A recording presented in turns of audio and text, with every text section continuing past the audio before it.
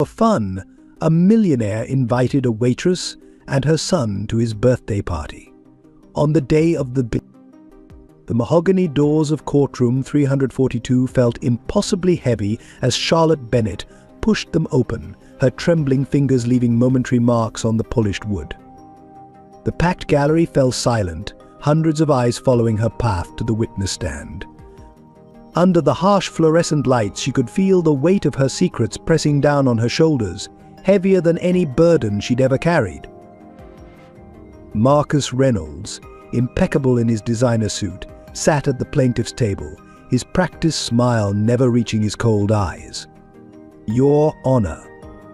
His attorney began. "Miss Bennett's deteriorating health makes her unfit to care for Caleb. We have evidence that she's been hiding a serious medical condition." In the back of the courtroom, James Lawrence gripped the wooden bench until his knuckles turned white. 6 months sober, he fought the familiar urge for a drink as he watched Charlotte's face pale.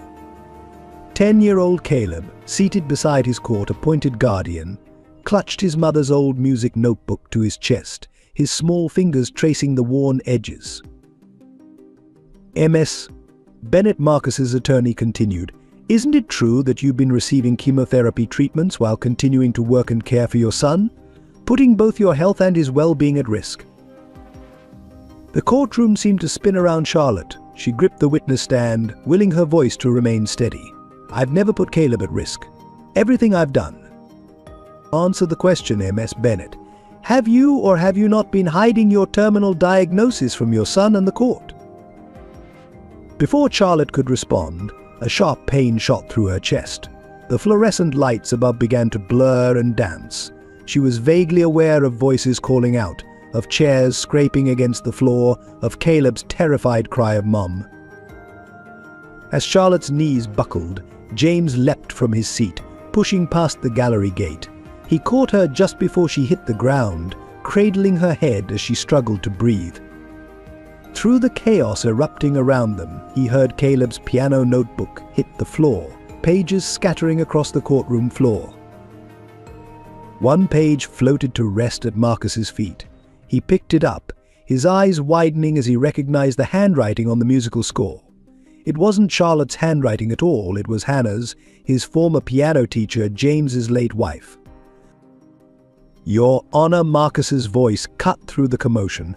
"This proves exactly what we've been saying about Ms. Bennett's deception." Enough, the judge's gavel crashed down. "Clear the courtroom. Someone call an ambulance." As paramedics rushed in, Caleb broke free from his guardian and ran to his mother's side. "Mom, please wake up. You promised we'd play the Song of the Soul at Carnegie Hall. You promised." James held Charlotte's limp hand, watching her shallow breathing, his mind racing back to another hospital room, another deathbed, another piece of music left unfinished. He thought of the letter hidden in his jacket pocket, Hannah's last words that could change everything. The truth he'd been too afraid to reveal. Through the courtroom windows, a crowd of reporters and photographers had gathered, their cameras flashing like lightning in a storm. Among them, James spotted his brother Tommy, standing apart from the chaos, holding a folder that James knew contained the evidence that would expose Marcus's true motives. As Charlotte was lifted onto a stretcher, her eyes fluttered open briefly, finding Caleb's tear-stained face. "Keep playing, my love," she whispered. "No matter what happens, keep playing." The emergency exit doors burst open, and the paramedics wheeled Charlotte out, leaving behind a courtroom in disarray. James stood in the center of it all, Caleb clinging to his side, scattered sheet music swirling around their feet like autumn leaves. The judge, who had remained seated throughout the chaos, spoke quietly, almost to herself. "In all my years on the bench, I'd never seen anything quite like this." She looked directly at James. "Mr. Lawrence, I believe you have something to say to this court." James reached into his jacket, feeling Hannah's letter burning against his chest. The moment of truth had arrived, and with it, the chance to finally make things right. The story of how they all ended up in this courtroom began 8 months earlier, on a cold winter evening when a broken millionaire invited a waitress and her son to his birthday party, not knowing that single act of impulse would unravel a web of secrets decades in the making.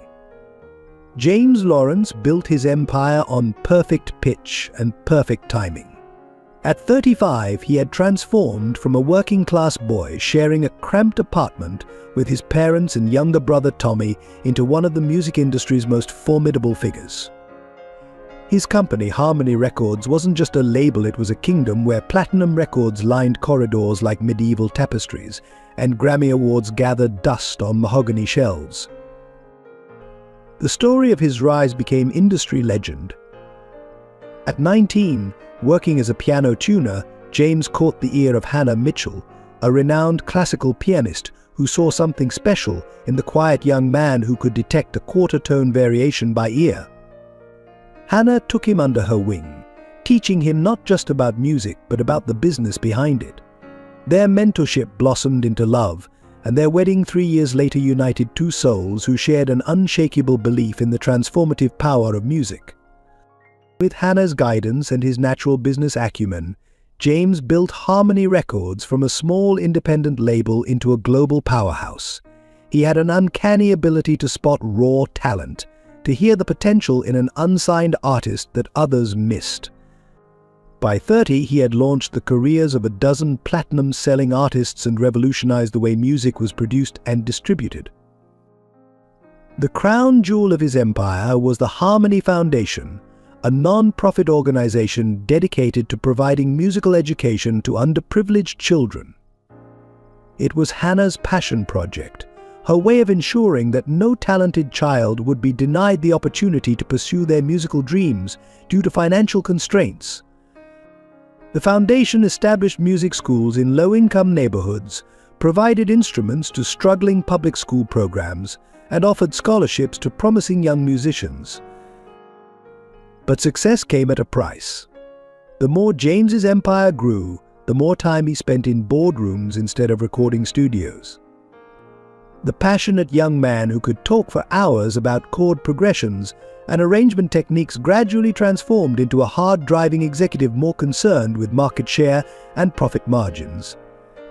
Hannah watched this transformation with growing concern, but her gentle attempts to remind him of their original mission were increasingly met with distraction or irritation. Then came Hannah's diagnosis. Aggressive leukemia, discovered too late. The doctors gave her months, but Hannah, ever the optimist, focused on making every remaining day count. She threw herself into her foundation work with renewed vigor, even as her strength waned. James, for the first time in his life, found himself facing a problem he couldn't solve with money or connections. Hannah's death shattered him. The music that had once been his life's blood became unbearable. He couldn't walk past a piano without remembering her fingers dancing across the keys. Every melody reminded him of her laugh, her voice, her absence. He began drinking heavily, first in private, then publicly and spectacularly. The empire he had built began to crumble. Record sales plummeted as he ignored day-to-day operations. Artists began leaving for other labels. The board of directors, once loyal to a fault, started questioning his decisions. The foundation's work slowed to a crawl as funding dried up. Even Tommy, who had worked alongside him for years managing artists, couldn't reach him through the fog of grief and alcohol. The tabloids that had once celebrated his success now documented his fall with gleeful detail. Music mogul's midnight meltdown screamed one headline after he drunkenly disrupted a charity gala. Harmony Records in discord proclaimed another as stock prices tumbled. The final blow came when the board voted to remove him as CEO, citing his erratic behavior and declining mental state.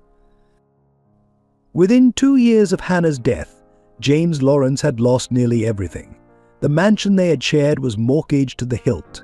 His car collection was sold off piece by piece. The only thing he refused to let go of was Hannah's grand piano, though he couldn't bear to hear it played. Now, at 35, he rattled around his empty mansion like a ghost, drinking expensive whiskey and avoiding the mirrors that showed him what he'd become. The industry that had once revered him now pitied him when they thought of him at all. His brother Tommy's attempts at intervention were met with hostile silence. The music that had once defined his life had gone quiet, leaving only the echo of what might have been. But fate wasn't finished with James Lawrence. In the darkest moment of his fall, when he had almost given up completely, a chance encounter with a waitress and her musically gifted son would offer him an unexpected chance at redemption, though not in any way he could have imagined. At 28, Charlotte Bennett's hands told her story. Once destined for concert halls, they now carried plates of food and wiped down tables at the Silver Spoon Diner. The calluses from years of waitressing had replaced the pianist's calluses she'd earned through countless hours of practice. Yet even now, as she balanced 3 plates of eggs and toast, her fingers still moved unconsciously to phantom melodies. 10 years ago, Charlotte had been Hannah Mitchell's most promising student at the prestigious Mitchell Academy of Music. Her natural talent, combined with a fierce dedication to practice, had marked her as a rising star in the classical music world. Hannah saw in Charlotte not just technical proficiency, but the rare ability to infuse emotion into every note she played. Music isn't just about hitting the right keys, Hannah would say, it's about touching the right hearts. Everything changed when Charlotte met Marcus Reynolds, a charismatic violin student at the Academy. Their whirlwind romance seemed like a fairy tale, 2 young musicians in love, planning a future filled with duets and concert tours. When Charlotte discovered she was pregnant, she believed Marcus would stand by her. Instead, he disappeared, leaving nothing but a cold note explaining that he couldn't let a baby derail his career. The Academy offered to help, but Charlotte's parents had just died in a car accident, leaving her responsible for her younger siblings. With mounting medical bills and 3 mouths to feed, she made the heart-wrenching decision to leave music school. Hannah tried to convince her to stay, offering financial assistance, but Charlotte's pride wouldn't let her accept charity. The last time she played in public was at her graduation recital, performing Chopin's Nocturne in B-flat minor, a piece that still haunted her dreams. Life as a single mother tested every ounce of Charlotte's resilience. She worked multiple jobs, took night classes in business administration, and somehow managed to keep her siblings in school. Through it all, she never lost her love for music. She taught her son Caleb to play on a second-hand keyboard with broken keys, passing on not just technique but the passion that Hannah had instilled in her. The diner became her stage, and she performed her role with the same dedication she once gave to concertos. Regular customers knew her for her warm smile and uncanny memory for their orders, never suspecting that the woman refilling their coffee had once been destined for Carnegie Hall. On quiet afternoons, she would sometimes hum classical pieces as she worked, her fingers tapping out the rhythms on the counter. Charlotte's greatest joy was watching Caleb's musical talent blossom. Despite their limited resources, he showed a natural ability that surpassed even her own at his age. She scrimped and saved to buy sheet music, haunted yard sales for classical records, and spent her precious free time teaching him everything she remembered from her years at the Academy. But lately, a new worry had been gnawing at her. The unexplained fatigue, the dizzy spells, the bruises that took too long to heal. She recognized the symptoms from Hannah's battle with leukemia. The free clinic's blood tests had confirmed her fears, but without health insurance or savings, treatment seemed impossible. Still, she kept smiling, kept serving, kept teaching Caleb, determined not to let illness steal his chance at the future she'd had to abandon. Few knew that Charlotte still practiced late at night, after Caleb was asleep, her fingers moving silently over the worn keys of their broken keyboard.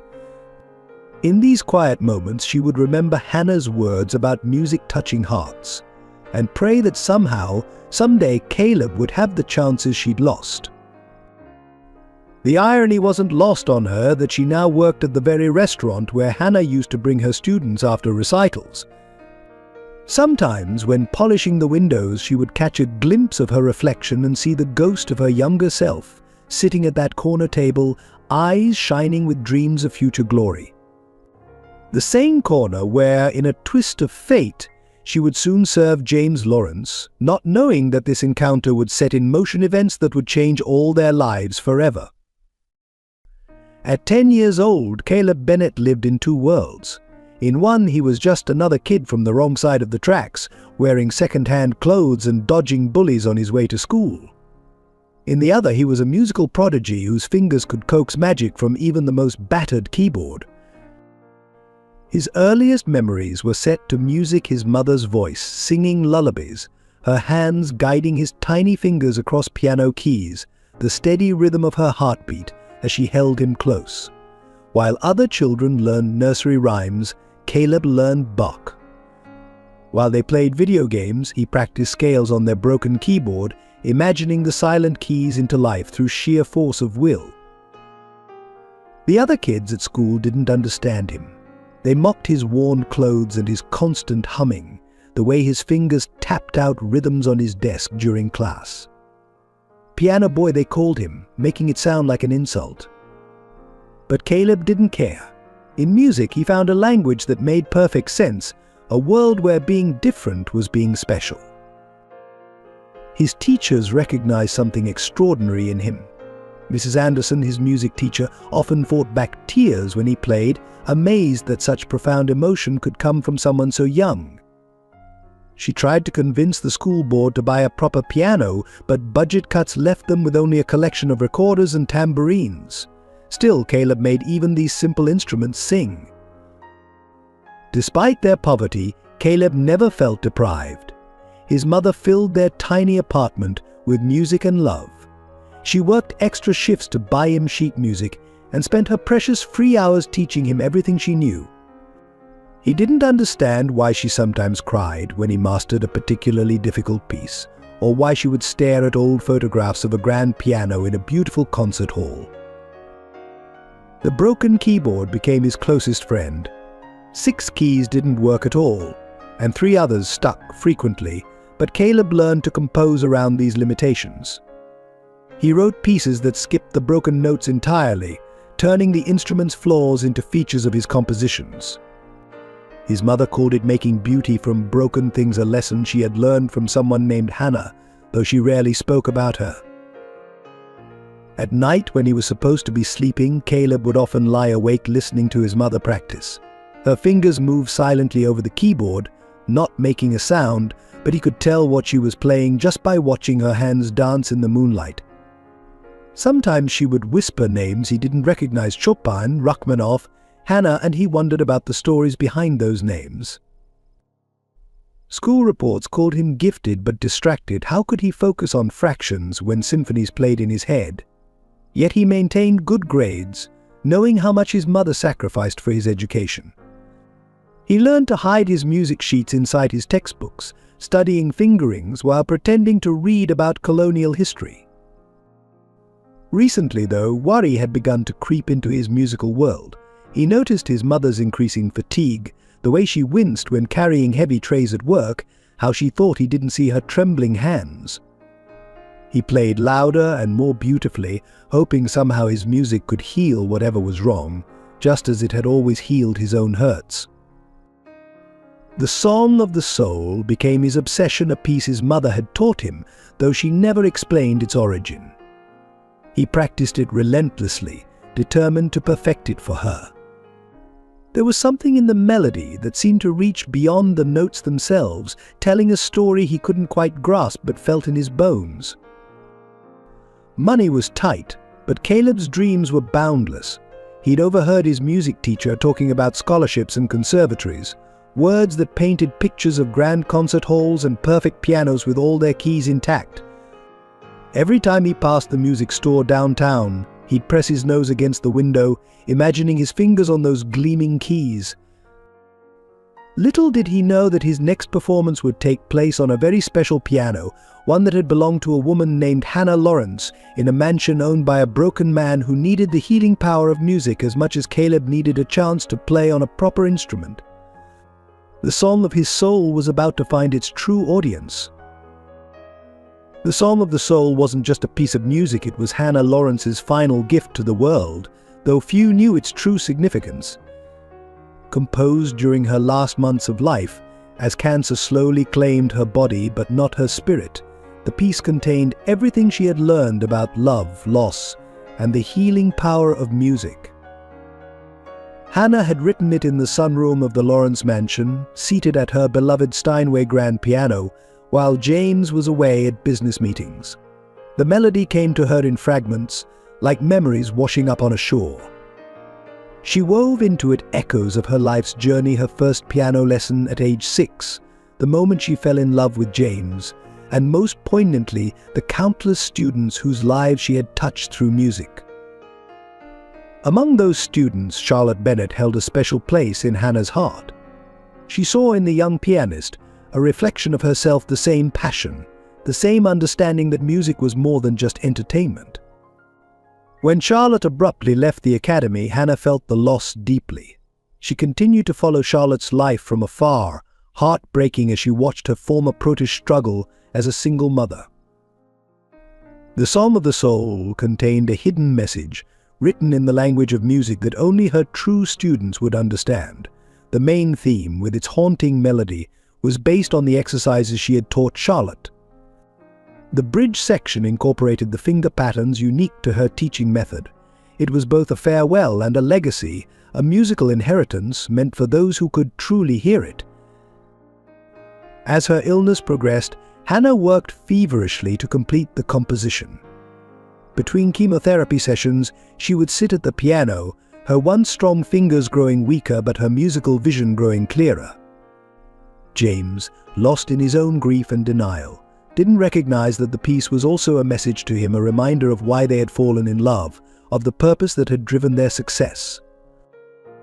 The foundation they had built together was meant to be more than just a charitable endeavor.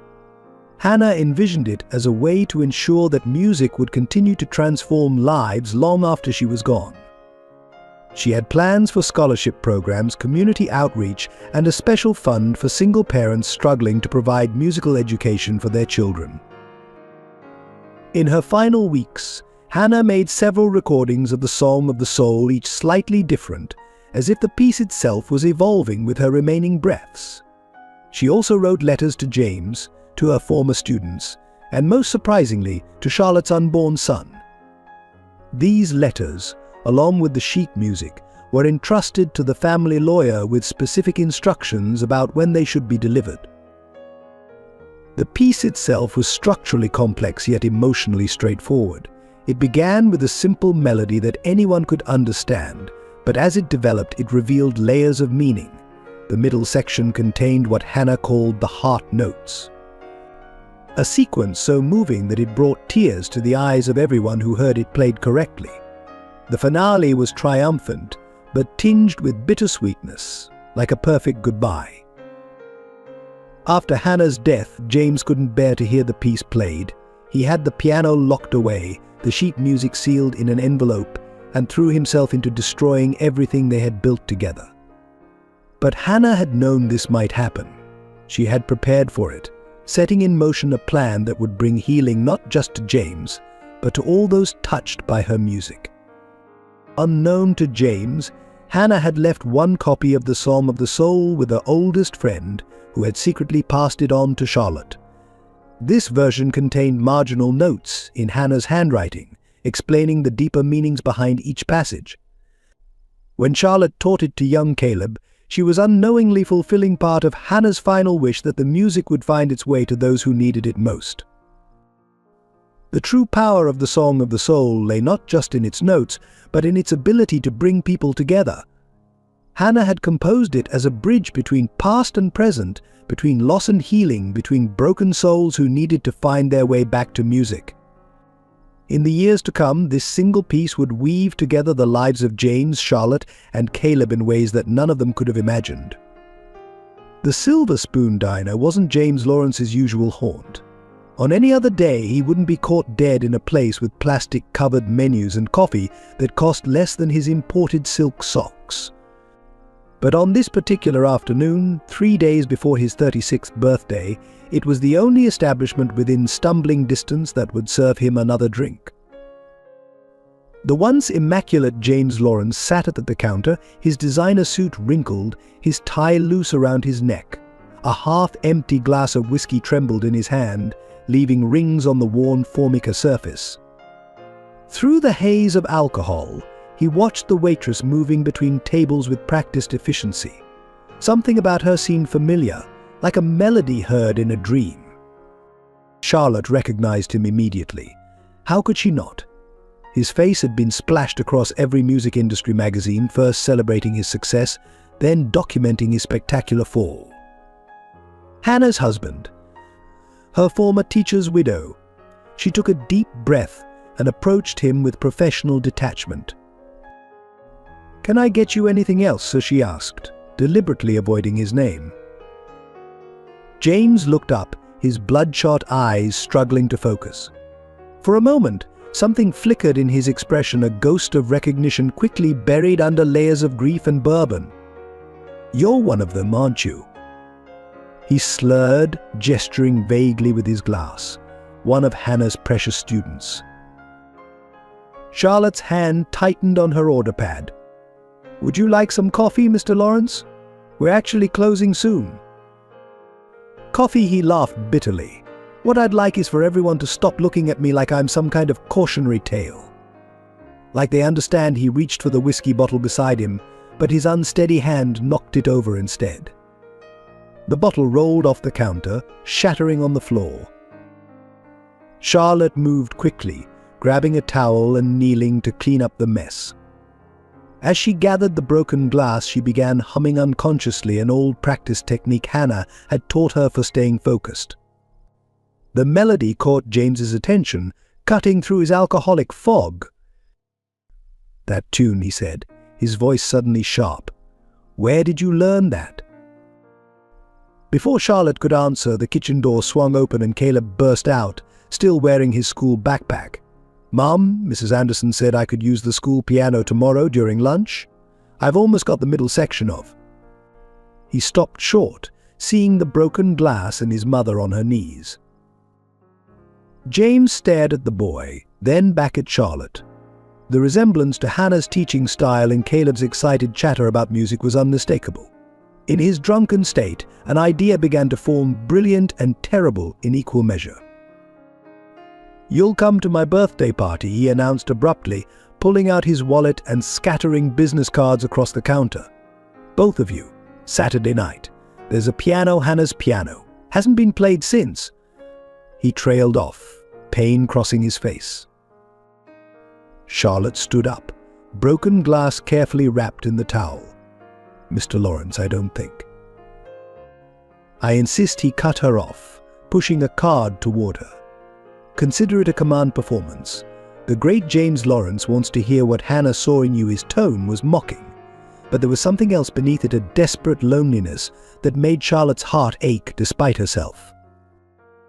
Caleb tugged at his mother's sleeve, eyes wide with hope. "A real piano, Mom, like the one in the photographs?" James looked at the boy again, really looked at him this time. "Yes, exactly like that one." "Because it is that one." He stood unsteadily, dropping several $100 bills on the counter. "Saturday, 8 o'clock. Don't disappoint me." As he staggered toward the door, he turned back one last time. "And Charlotte? Bring your son's music, all of it. Let's see if Hannah's legacy lives on in more than just memories and empty mansions." The diner door chimed as he left, leaving behind the smell of expensive whiskey and the weight of an invitation that felt more like destiny than chance. Charlotte picked up James's business card, her fingers trembling slightly. The embossed address belonged to one of the city's most exclusive neighborhoods. Caleb was practically bouncing with excitement. "Can we go, Mom? Please?" Charlotte looked at her son, then at the business card, then at the empty doorway where James had disappeared. In her mind, she heard Hannah's voice sometimes. The most important performances happen when we least expect them. The Lawrence mansion loomed against the darkening sky like a cathedral of faded glory. Charlotte and Caleb stood at the wrought iron gates, their best clothes feeling woefully inadequate for the occasion. The sound of music and laughter drifted down the winding driveway, where luxury cars were parked like sleeping beasts. Last chance to turn back, Charlotte whispered, more to herself than to Caleb.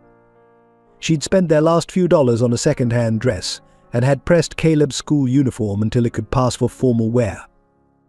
The invitation card trembled in her hand, already worn from being taken out and studied dozens of times over the past 3 days. Caleb clutched his folder of sheet music, his excitement palpable. "Mom, look. Through that window I can see the piano indeed, through the floor-to-ceiling windows. Hannah Steinway grand piano gleamed under crystal chandeliers, its presence commanding attention even in the opulent room." The butler who answered their ring looked them over with barely concealed skepticism. "Name?" he asked, consulting his guest list with exaggerated care. "Charlotte and Caleb Bennett," she replied, forcing confidence into her voice. "Mr. Lawrence invited us personally." Inside, the party was in full swing, though the crowd was thinner than one might expect for such an event. The guests, mostly music industry executives and socialites, clustered in small groups, their conversations a mix of gossip and thinly veiled concern about their host's state of mind. James was holding court by the bar, a glass of whiskey in hand, his designer suit somehow managing to look both impeccable and disheveled. When he spotted Charlotte and Caleb, his face lit up with an almost manic glee. "My special guests have arrived," he announced too loudly. "Come to play Hannah's piano, have you?" The nearby conversations hushed. Everyone knew that Hannah's piano had been off limits since her death. Even suggesting playing it had been enough to trigger one of James's legendary outbursts. Charlotte felt every eye in the room turn toward them. "Mr. Lawrence, perhaps this isn't the best time." "Nonsense," James cut her off, gesturing expansively. "It's my birthday, and I want music. Real music, not this recorded garbage." He waved dismissively at the hidden speakers playing ambient jazz. "Show them, boy. Show them what Hannah's teaching could do." Caleb looked up at his mother, seeking permission. Charlotte hesitated, then nodded slightly. They had come this far. The crowd parted as James led them to the piano, whispers following in their wake. "Is that really one of Hannah's former students?" "The waitress? You're joking." "Poor James, he's finally lost it completely." The piano stood on a slightly raised platform, its black surface reflecting the chandelier light like still water. Caleb approached it with reverence, his small hand hovering over the keys without touching them. Charlotte recognized the look in his eyes. It was the same one she'd had the first time Hannah had let her play this very instrument. James sprawled in a nearby armchair, swirling his drink. "Well, are we going to have music or not?" Caleb opened his folder and selected a piece, the Song of the Soul. Charlotte's heart stopped. Of all the pieces he could have chosen, why this one? She wanted to stop him, but before she could, his fingers touched the keys. The first notes rang out clear and true in the sudden silence. The party guests froze, glasses halfway to lips, conversations suspended mid-sentence. Even James sat up straighter, the color draining from his face as he recognized the melody. This was Hannah's final composition, the piece she had written during her last months, the piece that James had forbidden anyone to play since her death. Yet here was this boy, this child from nowhere, playing it with a depth of understanding that seemed impossible for his years. Charlotte watched James's face, seeing the emotions war across it: anger, grief, disbelief, and something else. Something like hope. The whiskey glass slipped from his fingers, forgotten, as Caleb reached the heart of the piece, the part Hannah had called the moment of truth. The mansion, which had seemed so cold and imposing from the outside, began to warm with the music. It was as if the walls themselves remembered these notes, had been waiting for them. And in that moment, Charlotte understood why Hannah had insisted she learn this piece, why she had passed it on to Caleb. It wasn't just music, it was a key, unlocking doors that grief had sealed shut. The song of the soul flowed from Caleb's fingers as naturally as breathing. On Hannah's Steinway, every note rang with a clarity he'd never experienced on their broken keyboard at home. The piano seemed to respond to his touch, as if it had been waiting for him, each key perfectly weighted, each tone pure and true. As he played, Caleb forgot about the crowd of strangers watching him. He forgot about his worn school uniform and the whispers that had followed them through the mansion. All that existed was the music and this magnificent instrument that felt like an old friend he'd known all his life. The piece moved into its most challenging section, where Hannah had written elaborate runs that required perfect timing and control. On their keyboard at home, Caleb had to imagine these passages, skipping the broken keys. But here, on this piano, he could finally play it as it was meant to be played. His small hands stretched and danced across the keys with a confidence that belied his years. From his armchair, James watched in stunned silence. The boy wasn't just playing the notes, he was playing them exactly as Hannah had, with the same subtle emphasis, the same slight hesitations that made the piece breathe. It was as if Hannah herself was reaching out through time, through this child's hands, reminding him of everything they had lost. Charlotte stood behind her son, tears streaming down her face. She remembered Hannah teaching her this very piece, explaining how each phrase should tell a story. Music isn't just in your fingers, Hannah would say. It's in your heart, your soul. When you play, you're sharing a piece of yourself with the world. The party guests had fallen completely silent. Even the servers had stopped their rounds, standing transfixed as Caleb approached the piece's emotional climax. The boy swayed slightly on the bench, his eyes closed, completely lost in the music. His fingers found each note unerringly, as if guided by an unseen hand. James gripped the arms of his chair so tightly his knuckles turned white. He hadn't heard this piece since the last time Hannah had played it, just days before she entered the hospital for the final time.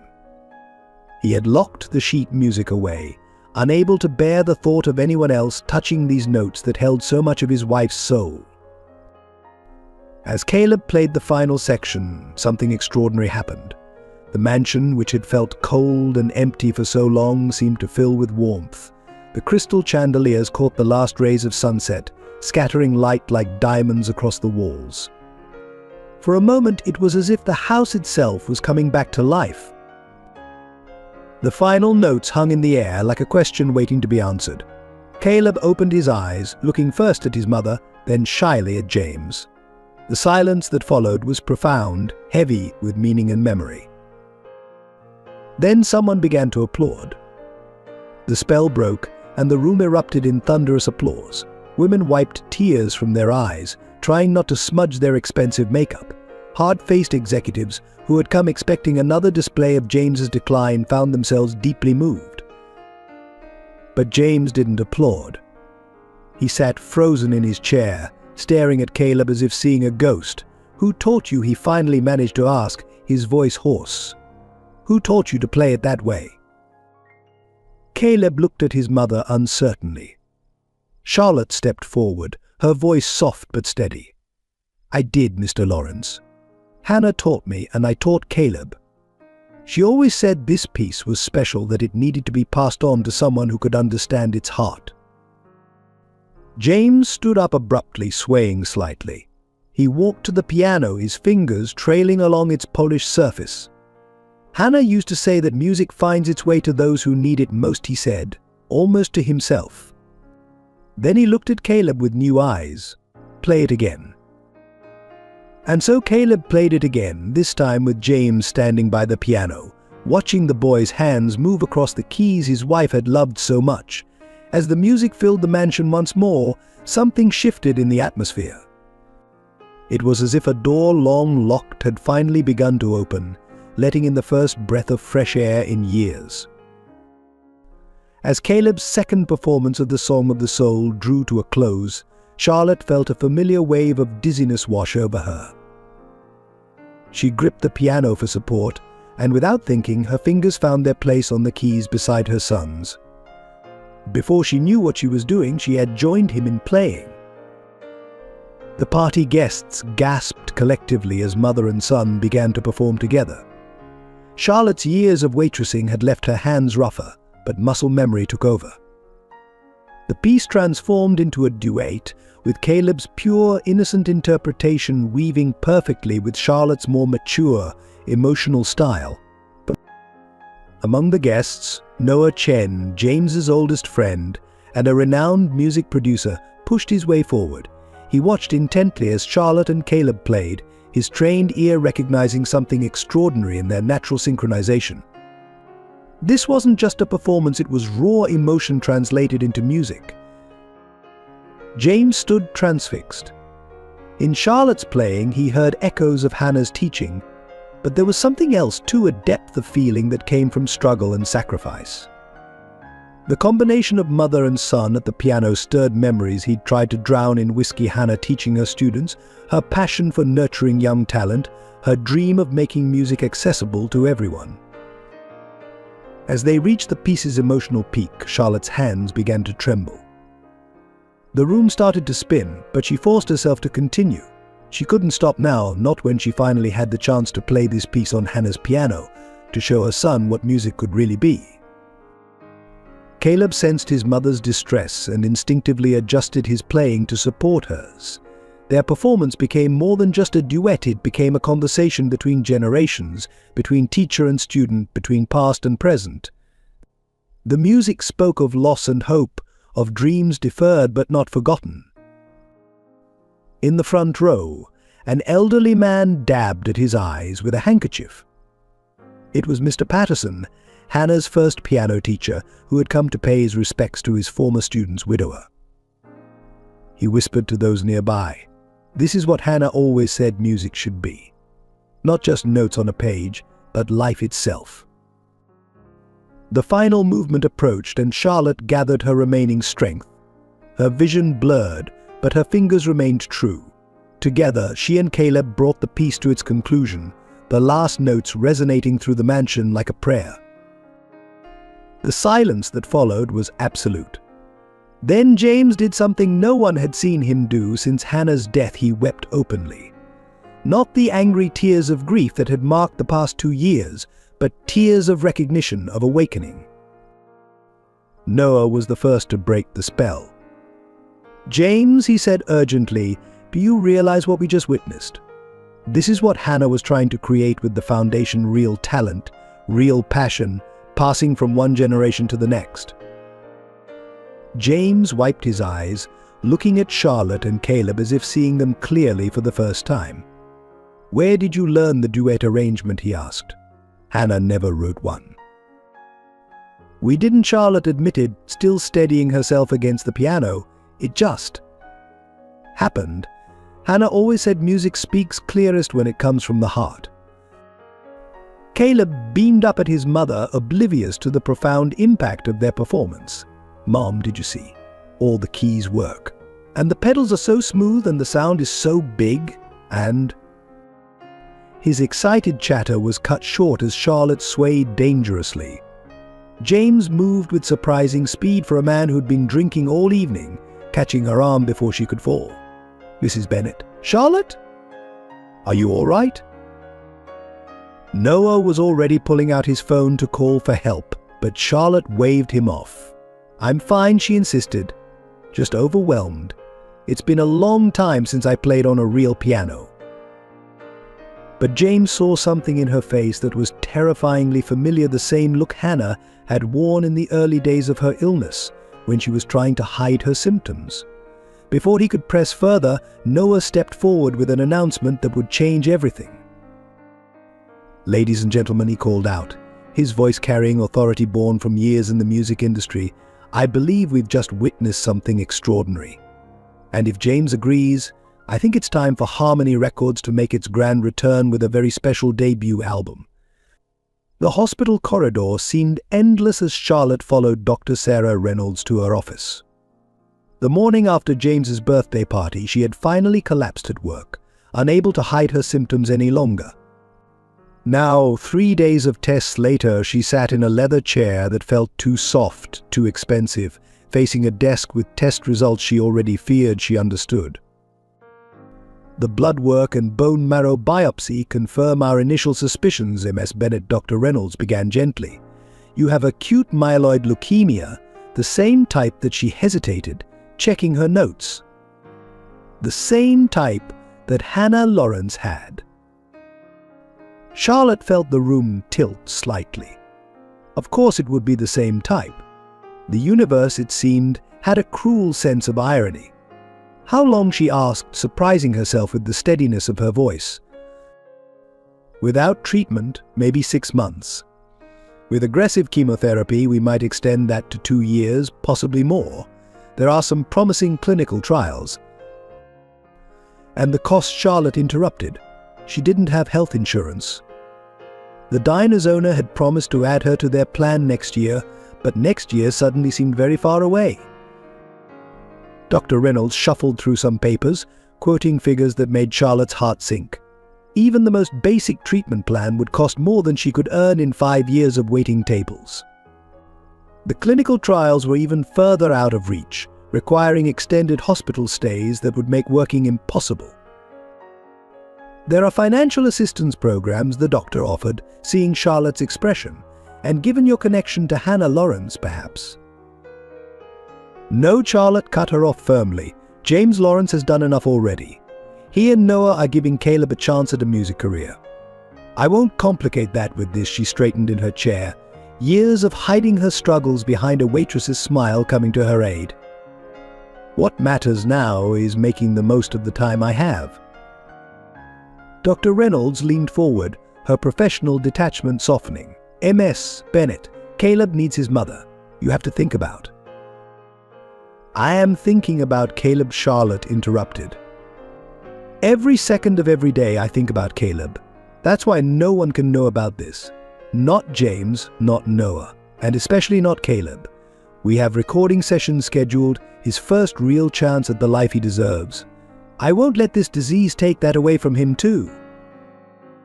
Outside the doctor's office, Charlotte found a quiet corner and allowed herself exactly 1 minute of tears. She thought of Hannah, wondering if she had sat in this same office, hearing these same words. Had she known somehow? Was that why she had insisted Charlotte learn the song of the soul, why she had left those cryptic notes in the margins of the sheet music? Charlotte's phone buzzed a text from Noah about tomorrow's recording session. They wanted to capture the magic of her duet with Caleb while it was still fresh. Her hands shook as she typed a reply confirming their attendance. How many recordings would she be able to make? How many performances did she have left? In the hospital bathroom, she splashed cold water on her face and studied her reflection.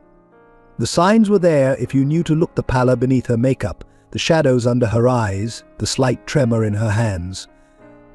But she had gotten good at hiding things over the years. What was one more secret to keep?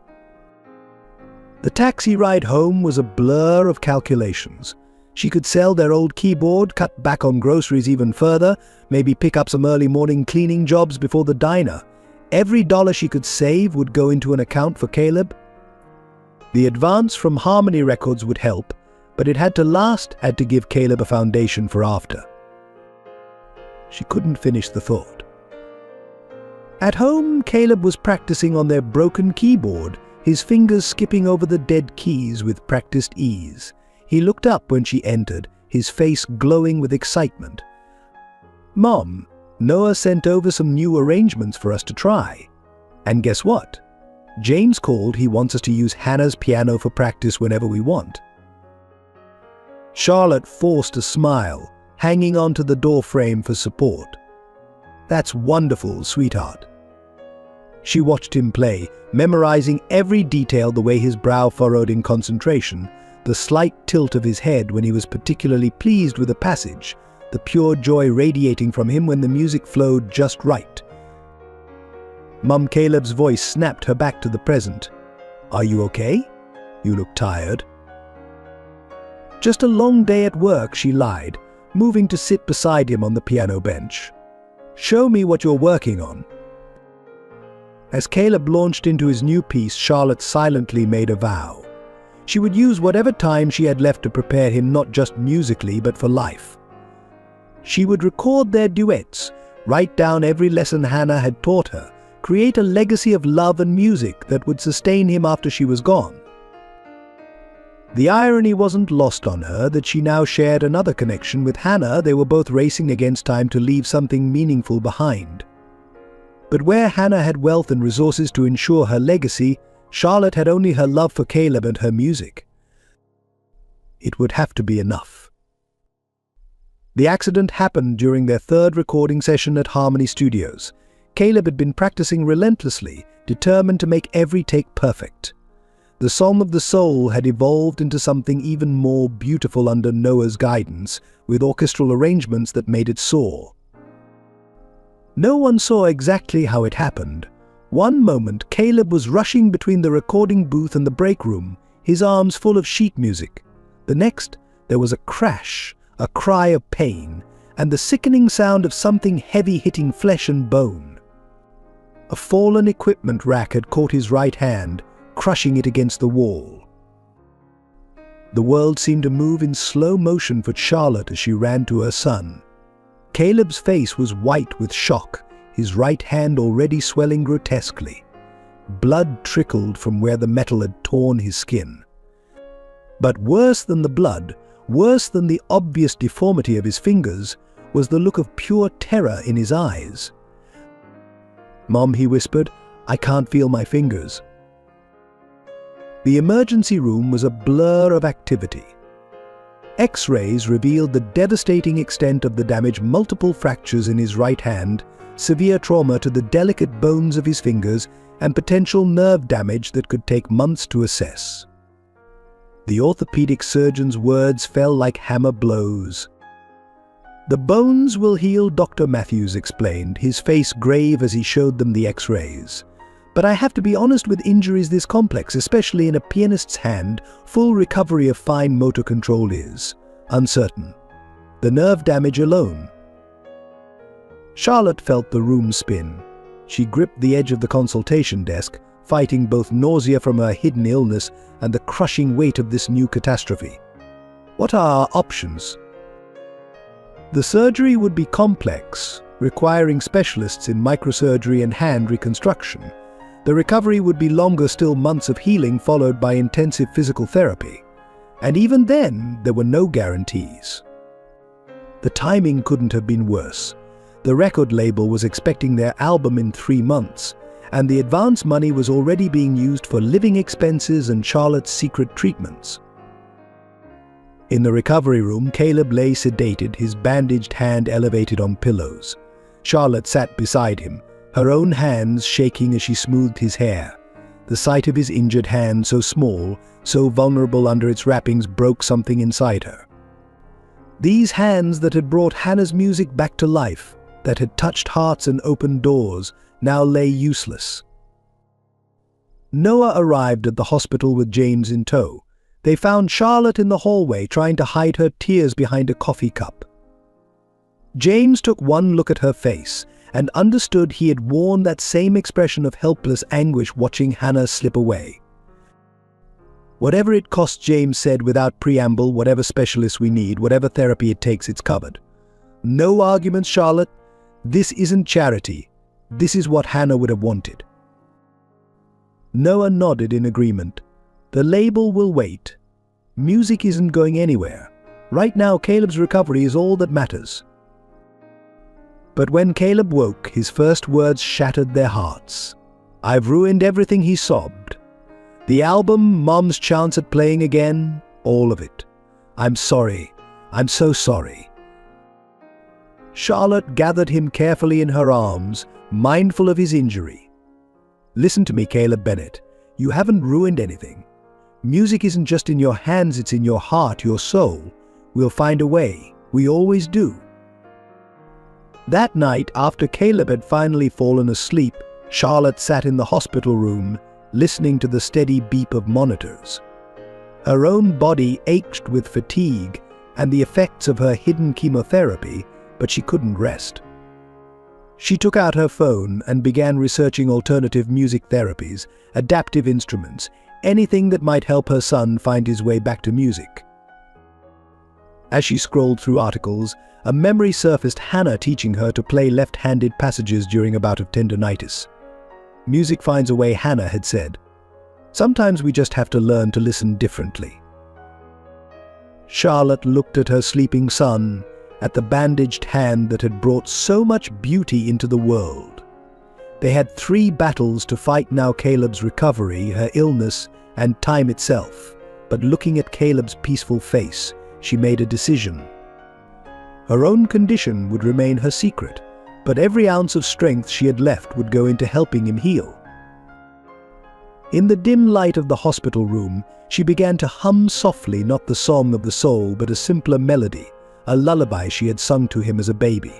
Her voice was weak from exhaustion and worry, but the love in it was strong as ever. As she hummed, she noticed Caleb's left hand moving slightly in his sleep, his fingers twitching in time with the melody. Music wasn't finished with them yet. They just had to learn to play a different tune. The moment James left the hospital, he began making calls. His fortune might have been diminished, but his network of connections remained intact. From his car, he contacted Dr. Sarah Reynolds, Hannah's former oncologist, requesting every medical record related to Charlotte's case. His suspicions about her condition had grown too strong to ignore. "I'm sorry, Mr. Lawrence," Dr. Reynolds replied carefully, "but you know I can't discuss another patient's information." "Sarah," James said softly, using her first name for the first time in years. "Hannah would never forgive me if I let history repeat itself. Please." There was a long pause before Dr. Reynolds spoke again. "Come to my office tomorrow morning. There's something you need to see." That night, James sat in his study, surrounded by photographs of Hannah. His hands were steady as he poured himself a glass of water, not whiskey, and began to write. First, he contacted Dr. Michael Chen, the leading hand reconstruction specialist on the West Coast, arranging for him to review Caleb's case. Then, he reached out to the directors of 3 prestigious music therapy programs. The next revelation from Dr. Reynolds hit him like a physical blow.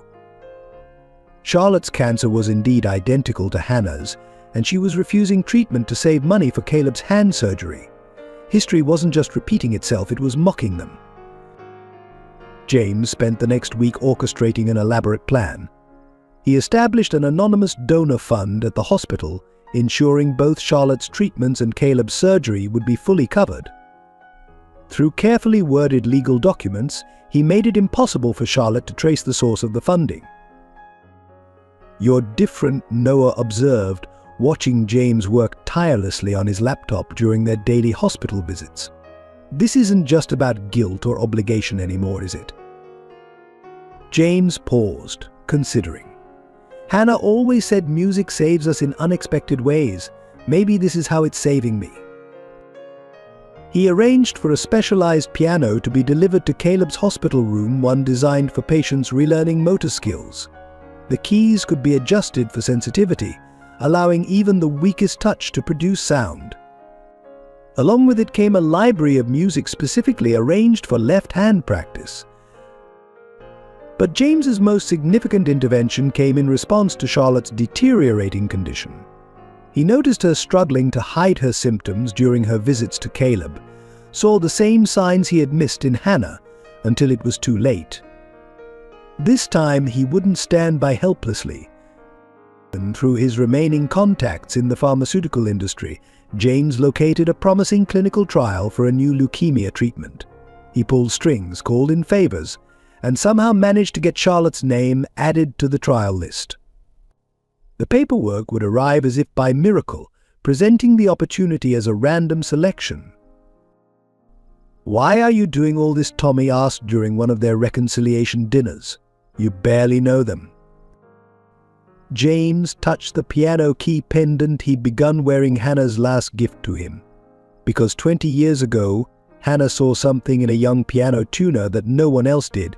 She gave me a chance that changed my life. Maybe this is my chance to pass that forward." He was careful to keep his involvement hidden, working through intermediaries and shell companies. Charlotte was proud, and he respected that. But he wouldn't stand by and watch another family destroyed by the same disease that had taken Hannah. Late one night, as he reviewed medical bills and therapy schedules, James found himself at Hannah's piano. For the first time since her death, he lifted the lid and touched the keys. No music came, he had never learned to play, but he felt closer to her somehow. "I'm trying to do what you would have done," he whispered to the empty room. "I hope I'm getting it right." The next day, James established the Hannah Lawrence Foundation for Music and Healing, with an initial focus on supporting young musicians facing medical challenges. The foundation would ensure that long after the current crisis passed, other families wouldn't have to choose between medical care and musical dreams. He kept his sobriety a private battle, attending anonymous meetings in a neighboring city. Each day sober was a victory dedicated to this mission of redemption. The whiskey bottles in his study were replaced by medical journals and music therapy research papers. When Charlotte's oncologist reported unexpected improvement in her condition, James celebrated silently. When Caleb's hand surgeon expressed amazement at the sophisticated nerve regeneration technology available to them, James simply nodded. And when the hospital's billing department mysteriously found every payment already processed, he allowed himself a small smile. "You can't save everyone," James Noah cautioned gently. "You're not responsible for fixing everything." "I'm not trying to save everyone," James replied, watching through the hospital room window as Caleb practiced his left-hand exercises while Charlotte dozed in her chair. "I'm just trying to give music a chance to save them, like it saved me." In his pocket, he carried Hannah's last note to him, found in her piano bench after her death music heals what medicine can't reach. "Don't let your heart go silent, my love." Finally, after all these years, he was learning to listen. Marcus Reynolds' arrival at the hospital was like a storm cloud passing over the sun. He swept into Caleb's room wearing an expensive suit and a practiced look of paternal concern, bringing with him an entourage of lawyers and a camera crew from a local news station. "I came as soon as I heard," he announced, though the gleam in his eyes suggested careful calculation rather than spontaneous concern. "My son, injured while recording. Why wasn't I notified immediately?" Charlotte, pale from her morning chemotherapy session but standing firm, placed herself between Marcus and Caleb's bed. "You lost the right to notifications 10 years ago, Marcus, when you walked away." Marcus's smile turned cold. "Things have changed, Charlotte. I've changed. And now, with your obvious health issues and Caleb's injury, I think it's time to discuss what's best for my son." The news camera zoomed in on Caleb's bandaged hand, then panned to Marcus's concerned expression. The perfect tableau of a father fighting for his child's well-being. Charlotte felt sick, and not just from the chemotherapy. "Your son," she whispered fiercely. "Where were you when he was learning to walk? When he had pneumonia at age 3? When he spent hours practicing on a broken keyboard because we couldn't afford a new one?" Marcus's lawyer stepped forward, handing Charlotte a thick envelope. "We're filing for emergency custody," he stated. "Given MS, Bennett's undisclosed medical condition, and the recent accident under her supervision, we believe the court will find."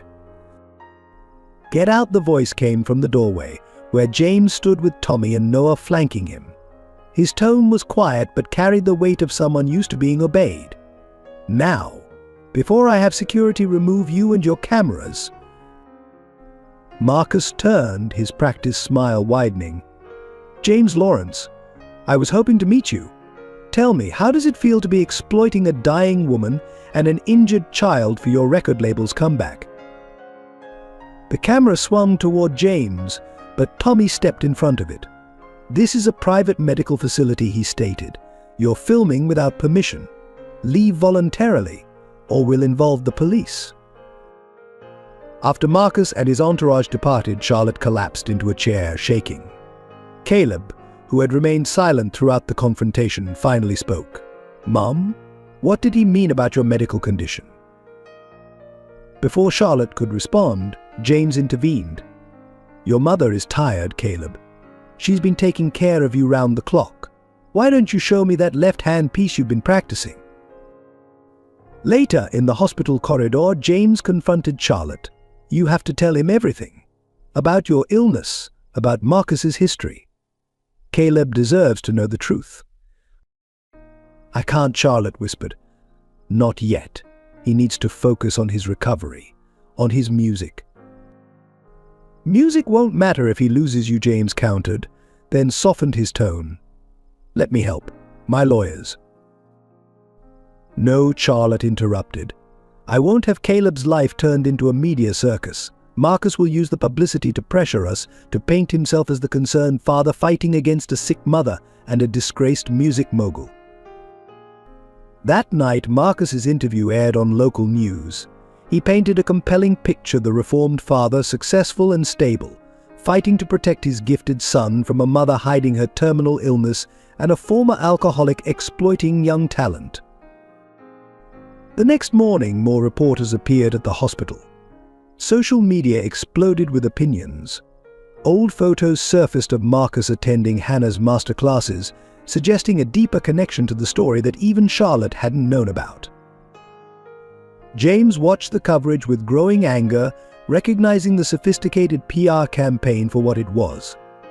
Marcus wasn't interested in Caleb's welfare. He saw an opportunity to profit from a child prodigy's story, complete with dramatic family conflict and medical struggles. "We fight back," Noah declared during an emergency meeting in James's office. "We have resources, connections." "No," James interrupted, a plan forming in his mind. "We don't fight. We let the music speak for itself." He turned to Tommy. "Remember that youth music center you've been running? The one helping kids from broken homes?" Tommy nodded slowly, beginning to understand. The kids would love to meet Caleb and their stories. "Will show exactly what kind of father Marcus has been." James finished. "No accusations, no legal battles. Just the truth, told through music." Charlotte listened to their plans, torn between hope and fear. But Caleb's hand is healing, James assured her. And while it heals, he can teach others to play left-handed, just like he's learning. Sometimes our greatest strengths come from our deepest wounds. As they strategized, none of them noticed Caleb sitting up in his hospital bed, his left hand moving silently through the fingerings of the Song of the Soul. His young face was set with determination. The truth about his father, his mother's illness, the complexity of adult motives, he understood more than they realized. He would play again, differently perhaps, but with more heart than ever. And when he did, the world would hear not just the music, but the story of love, sacrifice, and family that went far deeper than blood. The idea was born in Caleb's hospital room, during one of those quiet afternoon moments when hope seemed just out of reach. A young janitor's son had stopped by the door, mesmerized by Caleb's left-handed piano practice. The boy's father apologetically tried to hurry him along, but Caleb called out, "Would you like to try?" That simple invitation sparked something extraordinary. Within days, Caleb's room became an unofficial music classroom. Children from the pediatric ward would gather to watch him practice, and he began teaching them simple melodies with their non-dominant hands. It was therapy disguised as teaching, but it became something more. James, watching from the doorway one afternoon, felt a familiar presence beside him. "Hannah would have loved this," Noah said softly. "This is exactly what she wanted the foundation to be." The Hannah Lawrence Foundation for Music Education was launched with little fanfare but immense purpose. Unlike typical music charities that focused on gifted prodigies, this program targeted children who would otherwise never touch a piano or hold a violin. The first center opened in Tommy's renovated youth club, using instruments donated from James's industry connections. Charlotte, between treatments she still thought were secret, became the program's heart. Despite her weakening condition, she worked tirelessly to develop a curriculum that made music accessible to everyone. Music isn't a privilege, she would say, echoing Hannah's words. It's a birthright. The program's first success story came from an unexpected source. Maria, a 12-year-old burn victim who hadn't spoken since her accident, began humming along during one of Caleb's hospital room sessions. By the end of the month, she was playing simple duets with her scarred hands and talking again. Media attention followed, but not the kind Marcus had tried to orchestrate. Local news stations covered the growing number of children finding healing through music. Stories spread about the young piano prodigy teaching from his hospital bed, the reformed alcoholic rebuilding his late wife's dream, and the waitress-turned-teacher whose methods were transforming lives.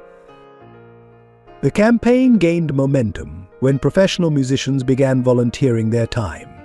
Concert pianists would visit Tommy's center to perform for the children, then stay to teach. Opera singers held workshops in hospital wards. Symphony members brought their instruments to inner-city schools. James, finally embracing his role as the public face of the foundation, spoke at education conferences and policy meetings, but he always redirected attention to the children themselves. Each presentation ended with a performance by students from the program demonstrating how music could transform lives. The foundation's motto, taken from Hannah's teaching philosophy, resonated deeply. Every child deserves a song. It appeared on posters in schools, hospitals, and community centers. Local businesses began sponsoring music scholarships. City councils allocated funds for after-school music programs. Caleb, his right hand still healing but his spirit unbroken, became the campaign's most powerful ambassador. In interviews, he spoke not about his injury or his father's abandonment, but about the joy of sharing music with others. His left-handed arrangements of classical pieces gained attention in music education circles.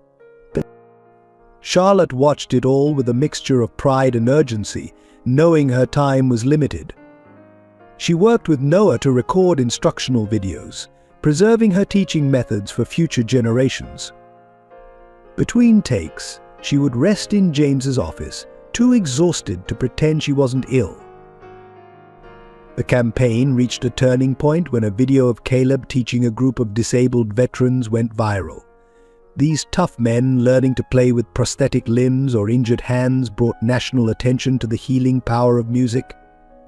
Senator Elizabeth Morrison, herself a former music teacher, took notice. "This isn't just about music education," she declared during a committee hearing.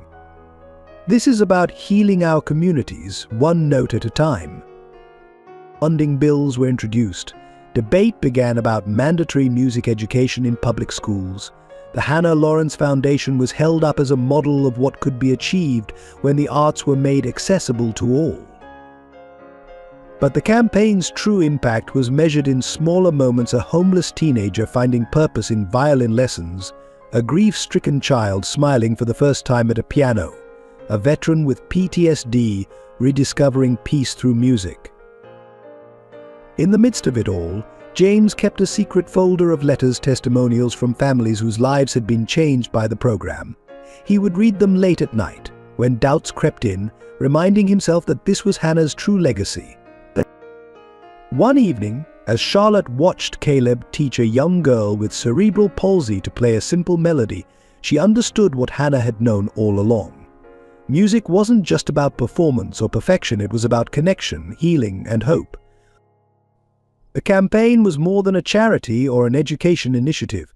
It had become a movement, proving that music could build bridges across all divides: economic, social, physical, and emotional. But in trying to save themselves through music, they had created something that would save others for generations to come. The reunion with Tommy began where their estrangement had started, at Hannah's piano.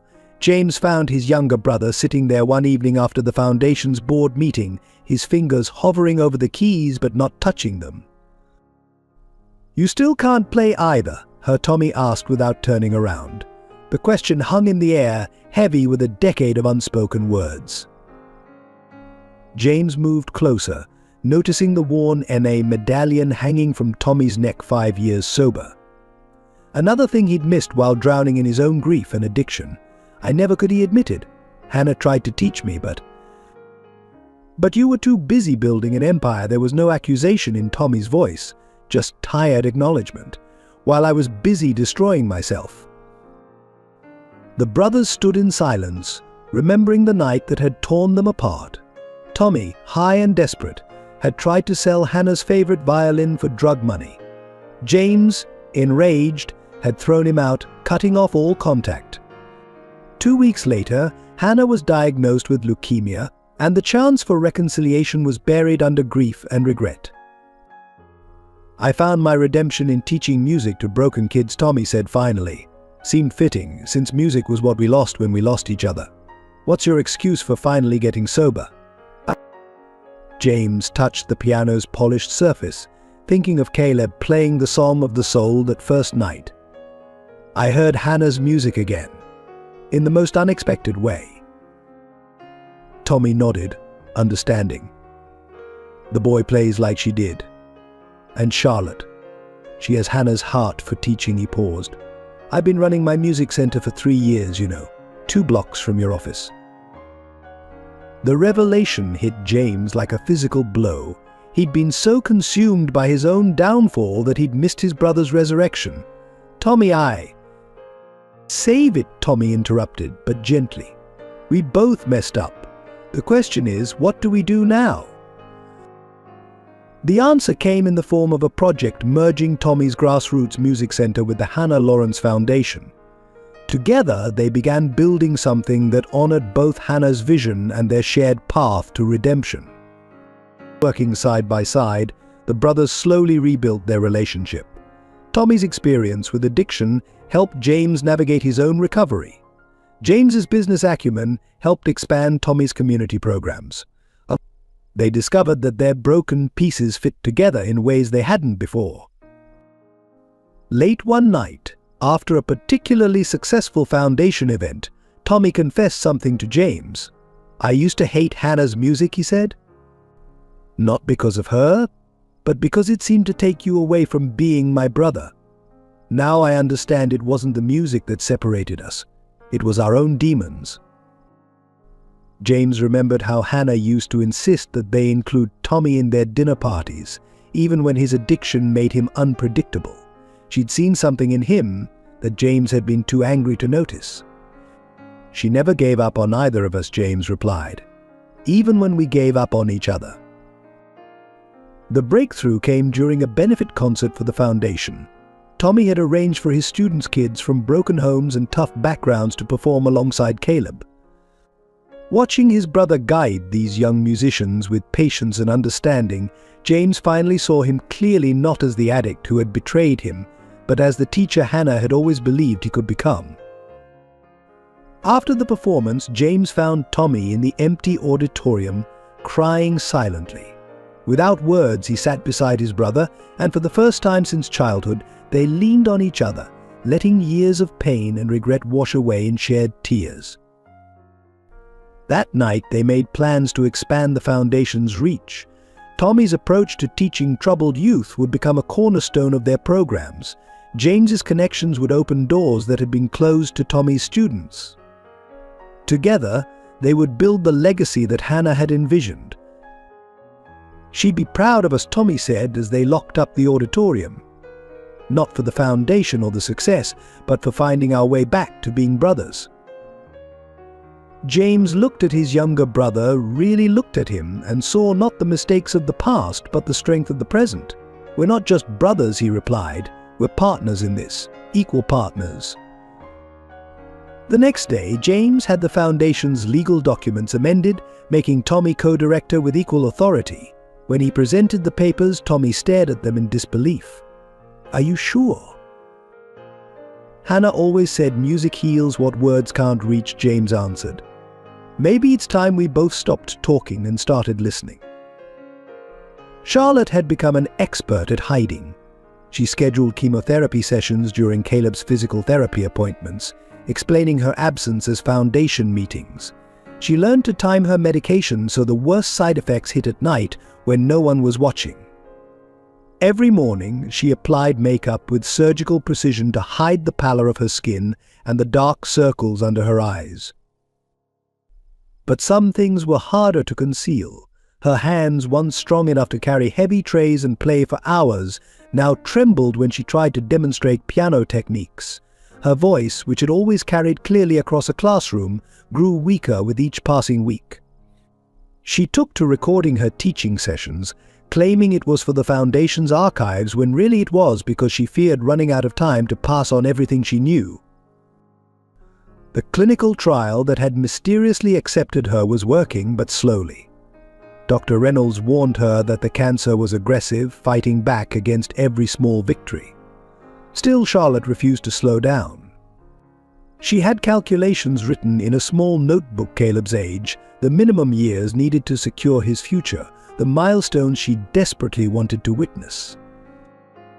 One afternoon, while supervising a music class at Tommy Center, the room suddenly began to spin. She grabbed the piano for support, continuing to smile and nod as a young student played. Tommy noticed immediately and tried to intervene, but Charlotte waved him away. "But just tired," she mouthed, forcing herself to stand straight. That evening she found James waiting in her office at the Foundation. Without preamble, he placed a familiar-looking medical file on her desk. "Hannah kept the same kind of notebook," he said quietly, writing down all the moments she was afraid she'd miss. Charlotte's hands trembled as she closed the file. "How long have you known?" "Long enough to arrange the clinical trial, the anonymous donor fund, the specialist consultations." James held up a hand as she started to protest. "Before you refuse any more help, read this." He handed her an envelope, yellowed with age. Inside was a letter in Hannah's handwriting, dated just days before her death. "Dear Charlotte," it began, "if you're reading this, it means you need to hear something I learned too late. Accepting help isn't weakness. It's love in its purest form." The tears Charlotte had been holding back for months finally broke free. She cried for Hannah, for herself, for all the music yet unplayed and lessons yet untaught. James sat silently, understanding better than anyone the weight she carried. "Caleb needs to know," he said gently when her tears subsided. "Not just about your illness, but about his father, about Hannah, about Hanavet. These secrets you're carrying, they're heavier than the cancer itself." Charlotte shook her head, wiping her eyes. "I can't. Not yet. His hand is just starting to heal. His music is returning. If he knows about the cancer, he'll stop focusing on his recovery to worry about me." That night, reviewing her notebook of calculations, Charlotte added new entries: time spent teaching versus time spent resting, the cost of hiding her symptoms versus the cost of revealing them. But some equations had no solution. The breaking point came during a Foundation fundraiser. Charlotte was introducing a group of young performers when her vision blurred. She managed to finish her speech, but backstage she collapsed. Noah found her there, curled up against the wall, shaking with exhaustion and silent tears. "I just need a few more months," she whispered as he helped her to a chair. "Just until Caleb's hand is stronger, until the Foundation is established, until you've given everything you have left." Noah finished. Hannah tried that too. She kept teaching right up until she couldn't stand anymore, thinking she had to solve everyone else's problems before she could face her own. The truth was, Charlotte was running out of hiding places. Her wigs couldn't quite cover the growing bald patches. Her makeup couldn't disguise the increasingly hollow look in her eyes. And her love for Caleb, the very thing that drove her to keep fighting in silence, was also the thing that made him most attuned to her suffering. One evening, she found Caleb at Hannah's piano, playing a new piece with his healing right hand. The melody was haunting, part lullaby, part prayer. "I wrote it for you, Mom," he said without turning around. "I called it The Things We Don't Say." In that moment, looking at her son's straight back and determined shoulders, Charlotte realized that her silence, meant to protect him, might be doing more harm than good. But knowing the truth and speaking it were two different kinds of courage, and she wasn't sure she had enough left of either. The guitar appeared in Caleb's hospital room one morning, a beautiful acoustic instrument with a warm honey finish. Tommy stood beside it, fidgeting nervously. "I thought," he said, "since guitars are mainly played with the left hand anyway." Caleb stared at the instrument, his right hand still wrapped in bandages. After 3 months of surgeries and therapy, he could manage basic movements, but the fine motor control needed for piano remained elusive. The doctors spoke of progress in cautious terms, always hedging their optimism with careful disclaimers. "I don't know anything about guitar," Caleb admitted, but his fingers were already reaching for the smooth wood. "That might be an advantage," Tommy replied, lifting the instrument carefully onto the bed. "No preconceptions, no habits to unlearn, just new possibilities." The first lesson was awkward. Caleb's left hand, strong from piano playing, struggled with the different technique required for fretting guitar strings. His bandaged right hand could barely hold the pick. But there was something liberating about being a beginner again, about having permission to make mistakes. Tommy proved to be a patient teacher, breaking down each movement into manageable parts. "Music isn't just about the notes," he explained, echoing Hannah's philosophy. "It's about finding your voice, whatever form that takes." As the weeks passed, Caleb discovered that the guitar offered something the piano couldn't: mobility. He could practice in bed, in the physical therapy room, even in the garden, where his mother sat between her secret treatments. The instrument became a constant companion, its portable nature allowing music to follow him everywhere. One afternoon, during a particularly frustrating therapy session for his right hand, Caleb had a breakthrough. While attempting a simple chord progression, he found that his injured hand, though not ready for piano keys, could manage the gentler strumming patterns of guitar. The discovery brought tears to his eyes, not of frustration, but of hope. Charlotte watched her son's transformation with a mixture of joy and wonder. The guitar seemed to unlock something new in him. His compositions, once structured around classical piano forms, began incorporating elements of folk and contemporary styles. The Song of the Soul took on new life when translated to 6 strings. James, visiting during one of Caleb's practice sessions, was struck by a memory. "Hannah used to say that sometimes we have to lose our original path to find our true direction," he said softly. "I never understood what she meant until now." The real turning point came when Caleb began teaching other patients to play. A teenage girl with severe anxiety found she could express herself through simple melodies. A veteran learning to use a prosthetic arm discovered that guitar practice helped with his coordination. Each success added another layer to Caleb's own healing. During one of these teaching sessions, Caleb's right hand began to cramp, a common occurrence that usually led to frustration and setbacks. But this time, instead of stopping, he simply switched to playing left-handed, demonstrating an alternate technique for his students. The adaptation was instinctive, natural, as if his body had finally accepted that healing didn't mean returning to exactly what was before. Tommy observed this moment with quiet pride. "You know," he told Charlotte later, "sometimes our greatest strengths come from adapting to our limitations." Caleb's not just learning an instrument, he's learning resilience. The guitar also opened new doors for the Foundation's music program. Many students who found the piano intimidating were drawn to the more casual nature of guitar lessons. Caleb developed a teaching method that incorporated both instruments, showing how musical principles translated across different forms. One evening, as sunset painted the hospital room in gold, Caleb played a new composition. His right hand, though still weak, managed simple rhythms while his left hand danced across the fretboard. The melody carried echoes of classical piano pieces, but with a distinctly contemporary feel. Charlotte recognized fragments of the Song of the Soul woven throughout, transformed but unmistakable. "What's it called?" she asked when he finished. Caleb smiled, the first genuine, unguarded smile she'd seen since his accident.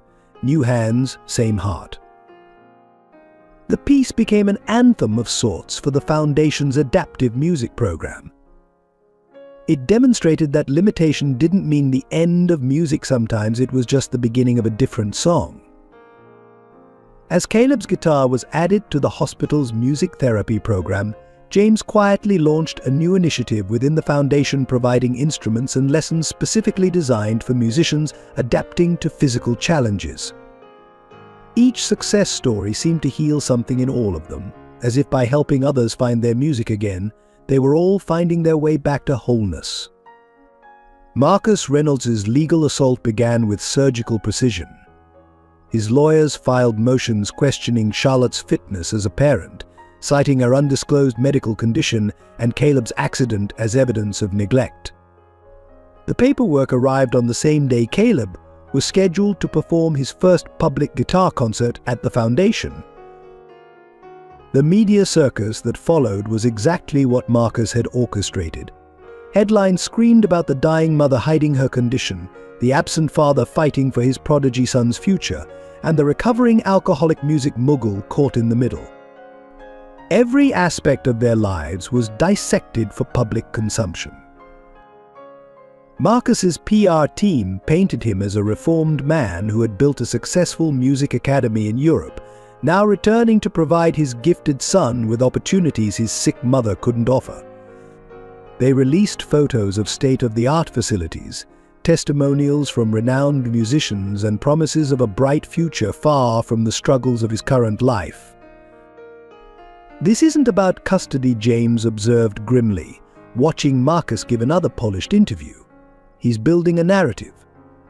The prodigal father returns to rescue his talented son from poverty and illness. It's a screenplay, not a court case."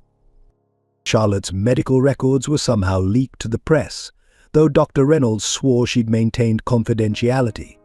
The details of her prognosis became public knowledge before she'd even found the courage to tell Caleb. The boy learned about his mother's cancer from a newspaper headline in the hospital gift shop. The custody hearing was scheduled for the following month. Marcus's lawyers moved aggressively, requesting temporary custody during the proceedings.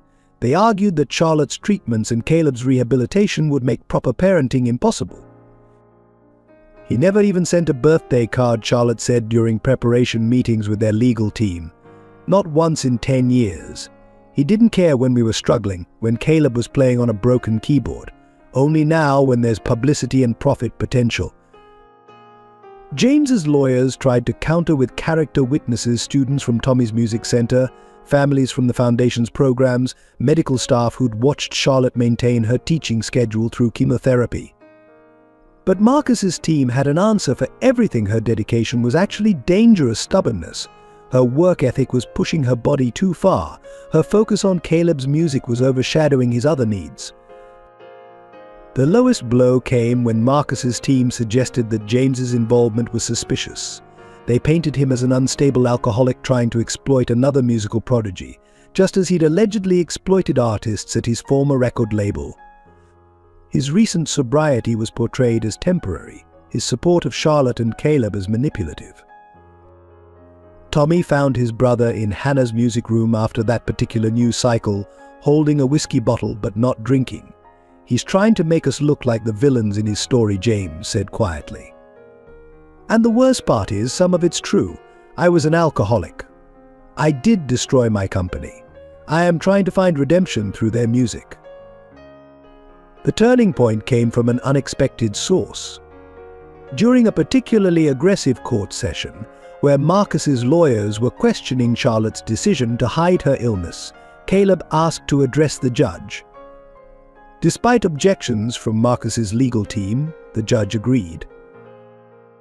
Caleb walked to the front of the courtroom carrying his guitar. His right hand, though still not fully recovered, held a pick. "Your Honor," he said clearly, "I'd like to play something I wrote. It's called 10 Years of Silence."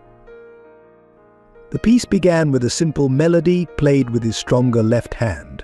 Gradually, his injured right hand joined in, the slightly awkward strumming creating a haunting rhythm. The music spoke of absence and presence, of struggle and love, of a mother who never left and a father who never came. When he finished, the courtroom was silent. Caleb turned to face Marcus directly. "Where were you when Mom taught me music? Where were you when our keyboard was missing keys? Where were you when I had to learn to play with one hand? The only thing you've ever given me is your absence." The video of Caleb's courthouse performance went viral. The public narrative began to shift. Marcus's carefully constructed image of the concerned father crumbled in the face of a child's simple truth expressed through music. Charlotte, despite her weakening condition, found strength in her son's courage. During her own testimony the next day, she finally laid bare everything: her illness, her fears, her dreams for Caleb. "I may be dying," she told the court, "but I've never stopped living for my son. Can Marcus say the same?" The decline began subtly, like the first few notes of a diminuendo. Charlotte started forgetting small things: lesson times, students' names, where she'd left her medicine. At first, everyone attributed it to stress from the custody battle and her busy schedule at the foundation. But James recognized the signs from Hannah's final months. During a recording session for the foundation's teaching materials, Charlotte's hands began trembling so severely she couldn't demonstrate a simple scale. She tried to laugh it off, suggesting they take a break, but the sound engineer's concerned glance toward James said everything. The chemotherapy was taking its toll, and no amount of makeup or brave smiles could hide it anymore. Dr. Reynolds called an emergency meeting with James and Noah. The clinical trial wasn't working as well as they'd hoped. The cancer was spreading, becoming resistant to treatment. "We're looking at weeks now," she said gently. "Maybe a month or two if we're lucky. She needs to prepare Caleb." But Charlotte refused to slow down. If anything, her schedule became more frantic. She worked longer hours at the foundation, recorded more teaching videos, wrote detailed lesson plans for future instructors. It was as if she was trying to compress years of mothering and teaching into whatever time she had left. One afternoon, while supervising a children's choir practice, Charlotte collapsed. The students, many from Tommy's center, watched in horror as their beloved teacher crumpled to the floor mid-song. James carried her to his car, her body frighteningly light in his arms, while Noah called an ambulance. In the hospital, Charlotte finally broke down. "I can't leave him," she sobbed into James's shoulder. "Not now. Not with Marcus trying to take him. Not when he's just finding his music again. I need more time." The doctors suggested hospice care, but Charlotte adamantly refused. "I'll teach as long as I can stand," she insisted. "Every moment in bed is a moment I'm not with Caleb, not helping other children find their music." Caleb, showing wisdom beyond his years, began adapting his guitar playing so he could perform sitting on his mother's bed. He would practice new songs for her during her treatments, his music drowning out the beeping of medical machines. The nurses noticed that Charlotte's vital signs improved whenever Caleb played. James found himself reliving Hannah's illness through Charlotte's decline. The same helpless rage threatened to overwhelm him, but this time he channeled it differently. Instead of turning to alcohol, he threw himself into supporting Charlotte and Caleb, ensuring their remaining time together was focused on music and love rather than medical procedures and legal battles. The foundation staff reorganized their schedules so Charlotte could teach from her hospital room. Students would come in small groups, sitting cross-legged on the floor as she explained music theory from her bed. Even on her worst days, when the pain was almost unbearable, she would smile and encourage their efforts. Tommy set up a small recording studio in the corner of her hospital room. For posterity, he explained, but everyone knew it was so she could leave something of herself behind her voice, her teachings, her love of music captured forever. During one recording session, Charlotte started talking about Hannah, revealing things she'd never shared before. How Hannah had seen her potential when she was just a struggling student, how she'd offered to help when Marcus abandoned her, how she'd made Charlotte promise to pass on the gift of music to others. Hannah knew Charlotte whispered to James one evening. She knew about the cancer before she died, didn't she? That's why she left those notes in the music. Why she made sure I learned the Psalm of the Soul so well? She was leaving a legacy, just like I'm trying to do now. As Charlotte's strength faded, her influence paradoxically seemed to grow. Students who had learned from her began teaching others. The Foundation's programs expanded, carrying her methods and philosophy to new communities. Her approach to adaptive music education became a model for programs nationwide. But it was the private moments that meant the most. Caleb playing his latest composition while she dozed, James reading her Hannah's old teaching notes, Tommy bringing students to perform in the hallway outside her room when she was too weak for visitors.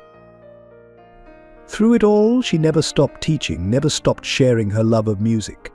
Even when her voice became a whisper, her passion remained clear. She was determined to leave behind not just memories, but a living legacy of music that would continue to touch lives long after she was gone. The idea for the benefit concert came from Caleb. "People need to see what Mom has built," he insisted during a foundation board meeting, his guitar cradled in his lap. "Not just hear about it in court, but really see it." The board unanimously approved, and Music Finds a Way was born. Carnegie Hall was secured through James's remaining connections. The program would showcase students from the Foundation's various programs, from Tommy's at-risk youth to veterans learning adaptive instruments, culminating in Caleb's debut of his new composition, Mother's Legacy. Charlotte threw herself into the preparations despite her declining health. From her hospital bed, she reviewed performer selections, suggested arrangements, and insisted on personally coaching as many students as her strength would allow. The doctors worried about the strain, but everyone understood this wasn't just a concert, it was her testimony. Noah coordinated the technical aspects, ensuring that each performance would highlight the Foundation's impact. A young pianist who'd learned to play one-handed after a stroke would perform with a veteran learning to use a prosthetic arm. Children from Tommy's Center would join professional musicians in ensemble pieces. Every performance would tell a story of music's power to heal and transform. The media attention was immediate and intense. News outlets that had previously focused on the custody battle now covered the remarkable stories of the Foundation students. Public opinion began shifting as people saw the real impact of Charlotte and Caleb's work. James moved Hannah's piano from the mansion to Carnegie Hall for the concert. As it was being positioned on stage, he found Caleb running his fingers along its familiar keys. "Both our mothers will be part of this," the boy said quietly. "It was through the music they taught us." Rehearsals became a logistical challenge. Many students had never performed in such a prestigious venue. Some faced physical limitations that required creative solutions. Tommy worked tirelessly with the stage crew to ensure every performer, regardless of their challenges, could access the stage with dignity. Charlotte insisted on attending some rehearsals despite her doctor's objections. She would sit in the auditorium, wrapped in blankets, offering encouragement and suggestions. The students drew strength from her presence, each determined to make her proud. The program underwent countless revisions as Charlotte's condition fluctuated.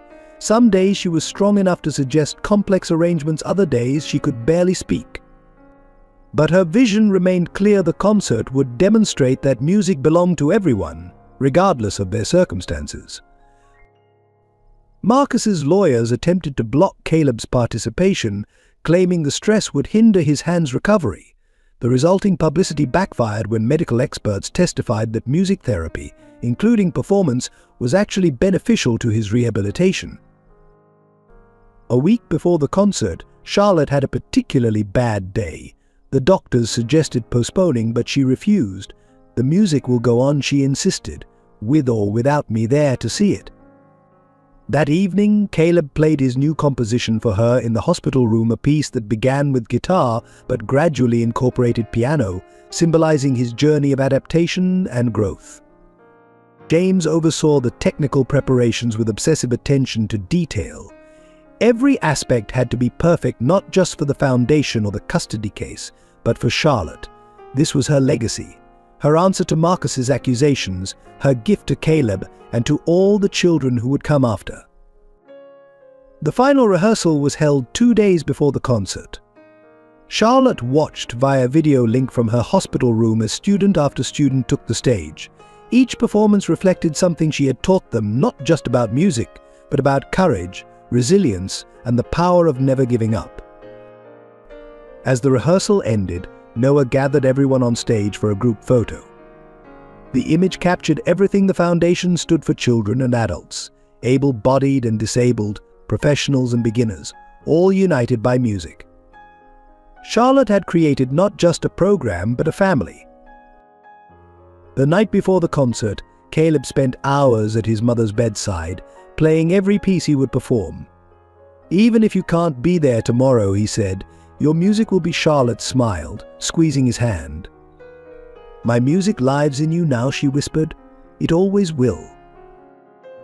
The truth about Marcus Reynolds emerged hours before the benefit concert, delivered in an unmarked envelope to James's office. Inside were documents that Tommy's private investigator had uncovered, records that revealed the carefully constructed facade of Marcus's life was built on lies. The prestigious music academy in Europe, a failing business drowning in debt. The successful career, a series of fraudulent investments and empty promises. The sudden interest in Caleb, a desperate attempt to access the trust fund Hannah had secretly established for Charlotte's unborn child years ago. Most damning was a letter from Hannah to Marcus dated just weeks before her death. In it, she confronted him about abandoning Charlotte and referenced his attempted theft from the academy, the real reason he'd disappeared.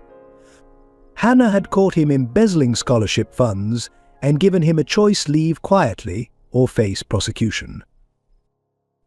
"I've hidden your crime to protect Charlotte," Hannah had written. "She believes you left because of the pregnancy, and that pain is better than knowing the truth about your character. But know this: I've ensured her child will be protected from you." James called an emergency meeting with Noah and Tommy. The evidence was irrefutable, but timing was crucial. The benefit concert was hours away, and Charlotte's condition was deteriorating. They needed to act carefully to protect both mother and son. Marcus, unaware of the discovery, arrived at Carnegie Hall early, accompanied by a film crew he'd hired to document what he expected to be his triumphant return to his son's life. His prepared speech about family reconciliation sat folded in his pocket, next to contracts for exclusive rights to Caleb's story.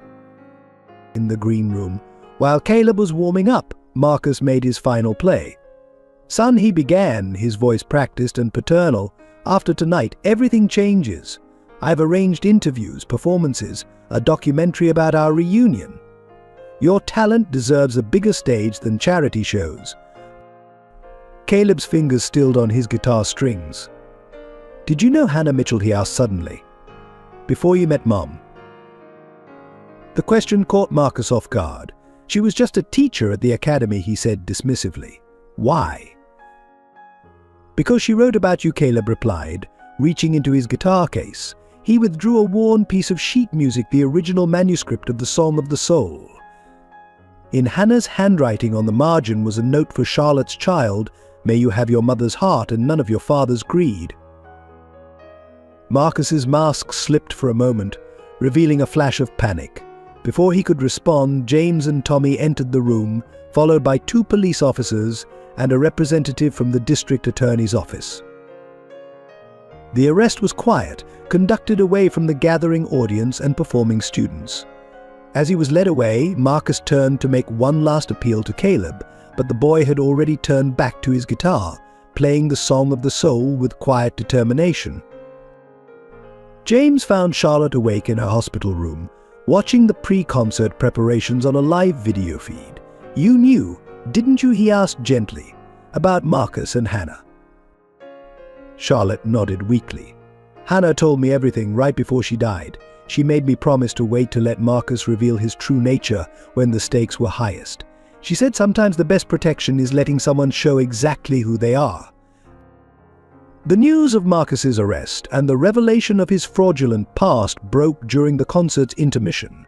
But by then, something more powerful had taken center stage: the music that Charlotte and Caleb had brought into the world, performed by students whose lives they had transformed. In the end, Marcus's schemes accomplished the opposite of what he'd intended. Instead of exposing weakness in Charlotte's guardianship, he revealed the strength of the community she and Caleb had built. Instead of claiming a prodigy son for profit, he lost any chance of a relationship with a child who had already found his true musical heritage. The custody case crumbled along with Marcus's credibility. The judge, presented with the full evidence of his fraud and Hannah's letter, dismissed his petition with prejudice. More importantly, she issued a commendation for Charlotte's extraordinary dedication to her son and to music education despite her illness. That evening, as Caleb prepared to perform his finale, James placed Hannah's letter to Marcus in the piano bench, alongside the original Song of the Soul manuscript. Two women, separated by time but united in their love of music and determination to protect those they loved, had orchestrated justice from beyond. Music, as Hannah had always taught, reveals truth in its own time. The songs Charlotte and Caleb created together would endure long after Marcus's lies had faded into silence. The night of the benefit concert, Charlotte insisted on leaving the hospital against medical advice. "I won't watch my son's triumph through a video screen," she told Dr. Reynolds. James arranged for a private ambulance and medical team to be stationed backstage, but Charlotte refused to use a wheelchair, determined to walk into Carnegie Hall on her own feet. The concert hall buzzed with anticipation. Every seat was filled, the audience a mix of music industry professionals, foundation supporters, and families of the performers. Charlotte sat in the front row, pale but elegant in a midnight blue dress that Hannah had once worn to a symphony premiere. Though her body was failing, her eyes remained bright and alert, missing nothing. The first half of the program unfolded beautifully. Students from Tommy's Center performed with professional musicians, their raw talent shaped by months of dedicated training. Veterans with prosthetic limbs played alongside children learning adaptive instruments. Each performance illustrated the Foundation's mission more powerfully than any courtroom testimony. During intermission, Charlotte slipped backstage to see Caleb. He was practicing the finale, his right hand now strong enough to manage intricate car passages, while his left handled the piano parts of his duet arrangement. The piece combined the Song of the Soul with his original composition Mother's Legacy. "My beautiful boy," Charlotte whispered, wrapping her arms around him. For a moment she felt strong again, buoyed by pride and love. But as she turned to return to her seat, the world tilted sharply. James caught her before she could fall, but everyone backstage saw the blood on her lips. The medical team rushed forward, but Charlotte waved them away. "Not yet," she insisted. "Let me hear him play." Please, her voice, though barely above a whisper, carried the same quiet authority that had guided countless students. The second half began. Charlotte sat perfectly still, conserving every ounce of strength. When Caleb took the stage for the finale, a hush fell over the audience. He had positioned Hannah's piano and his guitar so he could move between them, creating a conversation between the instruments. The music began softly, a guitar melody that spoke of childhood, of learning music on a broken keyboard, of a mother's sacrificial love. As the piece developed, the piano entered, its notes interweaving with the guitar's voice, building towards something profound and transcendent. Charlotte felt the music wash over her like waves. Her vision began to blur, but she refused to close her eyes. The melody Caleb was playing contained everything she had tried to teach him about music, about life, about love that endures beyond loss. Halfway through the piece, during a particularly moving passage, Charlotte stood. Those nearby heard her whisper, "Oh, Hannah, you were right. Music does save us." Then she crumpled, silently, like a marionette whose strings had been gently cut. The music stopped. Caleb's cry of "Mom" echoed through the hall. James reached her first, gathering her lifeless form in his arms, remembering another concert, another loss. But as he began to carry her backstage, Charlotte's eyes fluttered open. "Put me down," she commanded weakly. "Take me to the piano." "Charlotte, you need..." "Take me to my son." James hesitated, then nodded. Understanding that some moments matter more than medical wisdom, he helped her to the piano where Caleb waited, tears streaming down his face. Charlotte sat beside her son on the bench, her fingers finding their place on the keys. "Play with me," she whispered. "One last time." And so, before a silent audience, mother and son began the Song of the Soul again. Charlotte's hands trembled but found each note unerringly, while Caleb's guitar wove around the melody like a prayer. The music spoke of everything they couldn't say, of love and loss, of legacy and hope, of endings and new beginnings. As the final notes faded, Charlotte smiled at her son. "Keep playing," she said softly. "Promise me you'll keep playing." Then she closed her eyes, slumping against Caleb's shoulder as the medical team rushed forward and the audience rose in stunned silence. Music had given her the strength for one final duet, one last chance to play with her son on Hannah's piano in the concert hall where her own dreams had once taken flight. In the quiet of the hospital waiting room, Caleb sat with his guitar across his lap, fingers moving silently over the strings as he processed everything he had learned in the past hour. The doctors had been gentle but direct in explaining his mother's condition, the advanced stage of her cancer, the months of secret treatments, the sacrifices she had made to keep performing and teaching. James sat beside him, watching the boy's hands move through the familiar patterns of the Song of the Soul. After a long silence, Caleb spoke. "She's been sick this whole time, hasn't she? Since before my accident."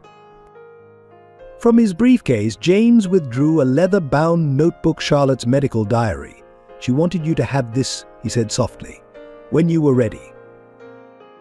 Opening the notebook with trembling hands, Caleb found pages filled with his mother's elegant handwriting. Between medical appointments and treatment notes were letters to him, detailed teaching instructions, and memories she wanted to preserve. Each entry was dated, corresponding to milestones in their musical journey. October 15th, Caleb read aloud. "Caleb mastered the difficult passage in Beethoven's sonata today. My hands were shaking from the chemotherapy, but his smile made the pain disappear. Music is stronger than illness."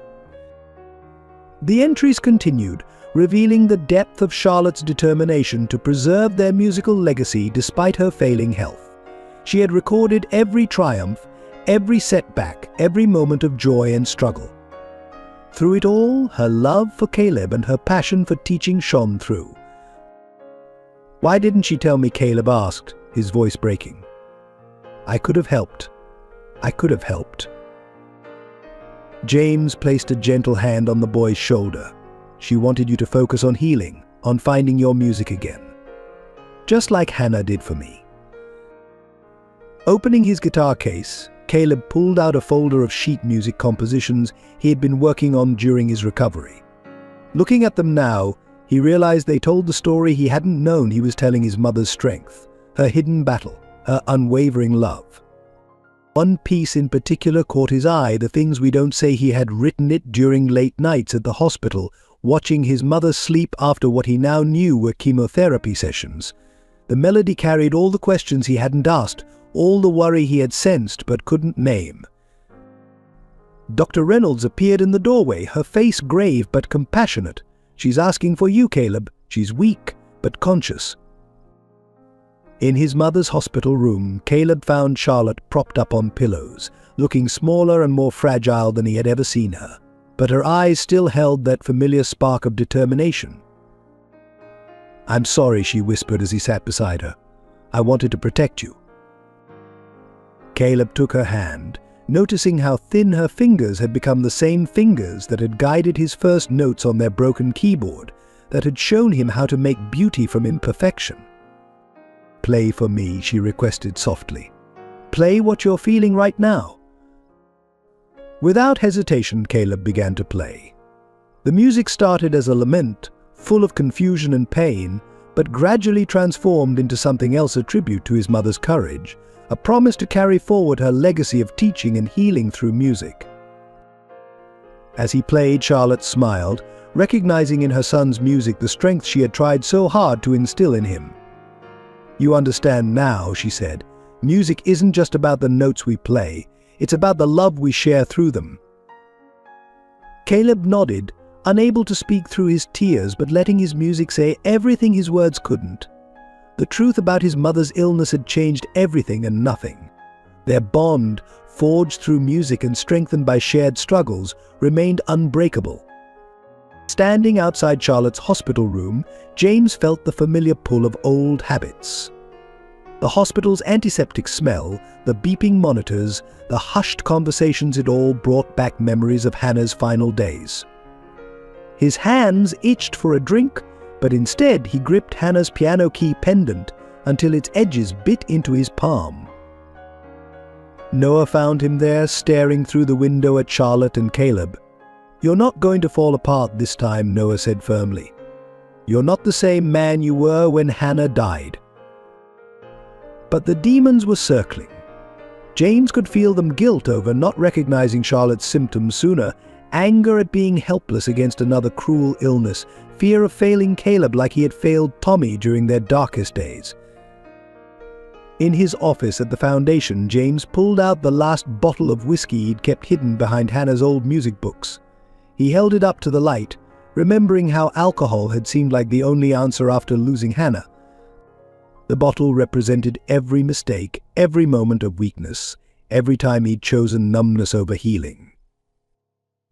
With trembling hands, he carried the bottle to Hannah's piano.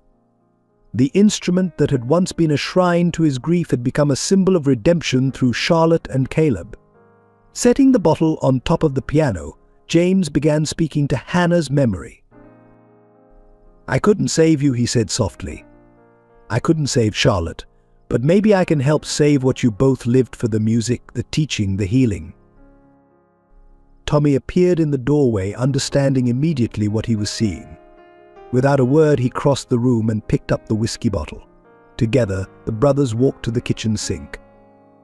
James watched the amber liquid disappear down the drain, feeling something release inside him. "Han would be proud," Tommy said quietly. "Not just of staying sober, but of everything you've built from your grief." James touched the piano keys gently, not playing but acknowledging the instrument's presence in his life. "I finally understand what she meant about music healing what medicine can't. It's not about the cure, it's about the journey." That night, James spent hours reviewing foundation documents, channeling his restless energy into planning its future. He drafted proposals for expanded programs, new facilities, additional support for families facing medical challenges while pursuing music education. When dawn broke, he had created something new from his pain: a comprehensive vision for the foundation that would honor both Hannah and Charlotte's legacies. The program would provide not just musical education, but comprehensive support for families dealing with illness and loss. In the hospital the next morning, James shared his plans with Charlotte. Though weak, her eyes lit up as he described how her teaching methods would be incorporated into every aspect of the foundation's work. "You've found your music," she whispered, squeezing his hand. "Not in playing, but in building something that will help others play." James realized she was right. His role wasn't to create music, but to create spaces where music could heal others. Every time he helped a child learn to play, every time he supported a family struggling with illness, he was playing his own kind of melody. Later, sitting with Caleb in the hospital cafeteria, James finally shared stories about Hannah he'd never been able to tell before. He spoke of her passion for teaching, her belief in music's healing power, and her dream of making music accessible to everyone. "Your mother," he told Caleb, "carries Hannah's spirit in everything she teaches, and you carry both their legacies in your music." The demons hadn't disappeared, but they had transformed. The urge to drink became a drive to build, the helplessness turned to determination, the grief merged with purpose. James had learned that facing his demons didn't mean defeating them, it meant channeling their energy into something meaningful. The news of Charlotte's collapse at Carnegie Hall spread quickly through the music community. By morning, the hospital corridor was filled with students, parents, teachers, and musicians whose lives had been touched by her work. They came bearing instruments, filling the sterile hospital air with gentle melodies. Tommy organized the impromptu performances into shifts, ensuring there was always music playing outside Charlotte's room. Young guitarists Caleb had taught sat cross-legged on the floor, practicing their pieces. Veterans from the adaptive music program played alongside professional musicians who had volunteered their time. The hospital administrators, initially concerned about the disruption, were moved by the sight of patients from other wards being wheeled to the corridor to listen. Music therapy programs from across the city sent representatives to learn Charlotte's methods, ensuring her teaching style would live on. Local music stores began donating instruments to the foundation. Music teachers offered free lessons to students who couldn't afford them. A piano manufacturer delivered a specially modified instrument to the children's ward, inspired by Caleb's journey of adaptation after his injury. The foundation's small office was overwhelmed with letters and emails from people sharing how Charlotte had changed their lives. A mother wrote about her autistic son who spoke his first words after music lessons. A war veteran described how learning guitar had helped him cope with PTSD. Each story added to the tapestry of Charlotte's legacy. James and Noah worked tirelessly to capture everything. They recorded interviews, documented teaching methods, and compiled Charlotte's notes into a comprehensive curriculum. Her approach to adaptive music education would become a model for programs worldwide. The community support extended beyond music. Restaurant owners who remembered Charlotte from her waitressing days sent food to the hospital. Her former diner colleagues organized a fund to help with medical expenses, though they didn't know James had already covered everything. Most touching were the children. Students from Tommy's center created a massive Get Well card filled with hand-drawn musical notes and personal messages. They performed Charlotte's arrangements in local parks, collecting donations for the foundation's scholarship fund. Social media amplified the movement. Videos of hospital corridor performances went viral. Musicals and Charlotte's legacy began trending. Musicians from around the country posted covers of the Song of the Soul, each adding their own interpretation to its message of hope and resilience. In Charlotte's hospital room, Caleb kept a constant vigil, playing his guitar softly as his mother drifted in and out of consciousness. Other musicians would join him, creating spontaneous ensembles that filled the room with harmony. The medical staff noticed that Charlotte's vital signs improved whenever music was playing. The foundation's benefit concert was rebroadcast on public television, introducing Charlotte's work to an even wider audience. Viewers were moved by the sight of mother and son performing together one last time, their music transcending illness and pain. Educational organizations began incorporating Charlotte's methods into their programs. Her emphasis on accessibility and adaptation resonated with teachers working with disadvantaged and disabled students. What had started as one mother teaching her son on a broken keyboard had grown into a movement. The hospital's music therapy department was renamed the Charlotte Bennett Center for Musical Healing. They adopted her innovative approaches, particularly her belief that every person, regardless of ability or circumstance, had music within them waiting to be expressed. As Charlotte's condition stabilized briefly, she was able to witness the impact of her life's work. From her hospital bed, she watched videos of children playing instruments using her methods, read letters from grateful parents, and listened to recordings of her students performing her arrangements.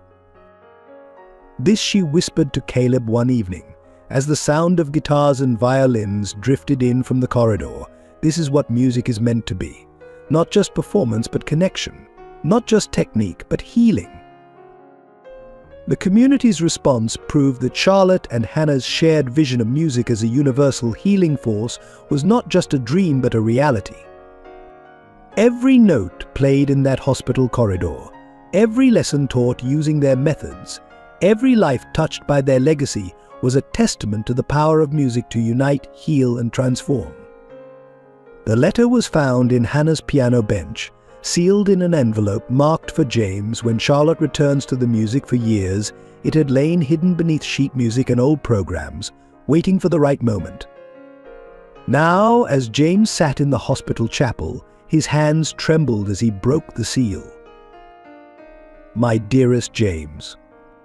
Hannah's familiar handwriting flowed across the page. If you're reading this, it means you've finally met Charlotte Bennett again, and music has found its way back into our home. There's so much I need to tell you about her, about the legacy I've entrusted to her, and about the path that lies ahead.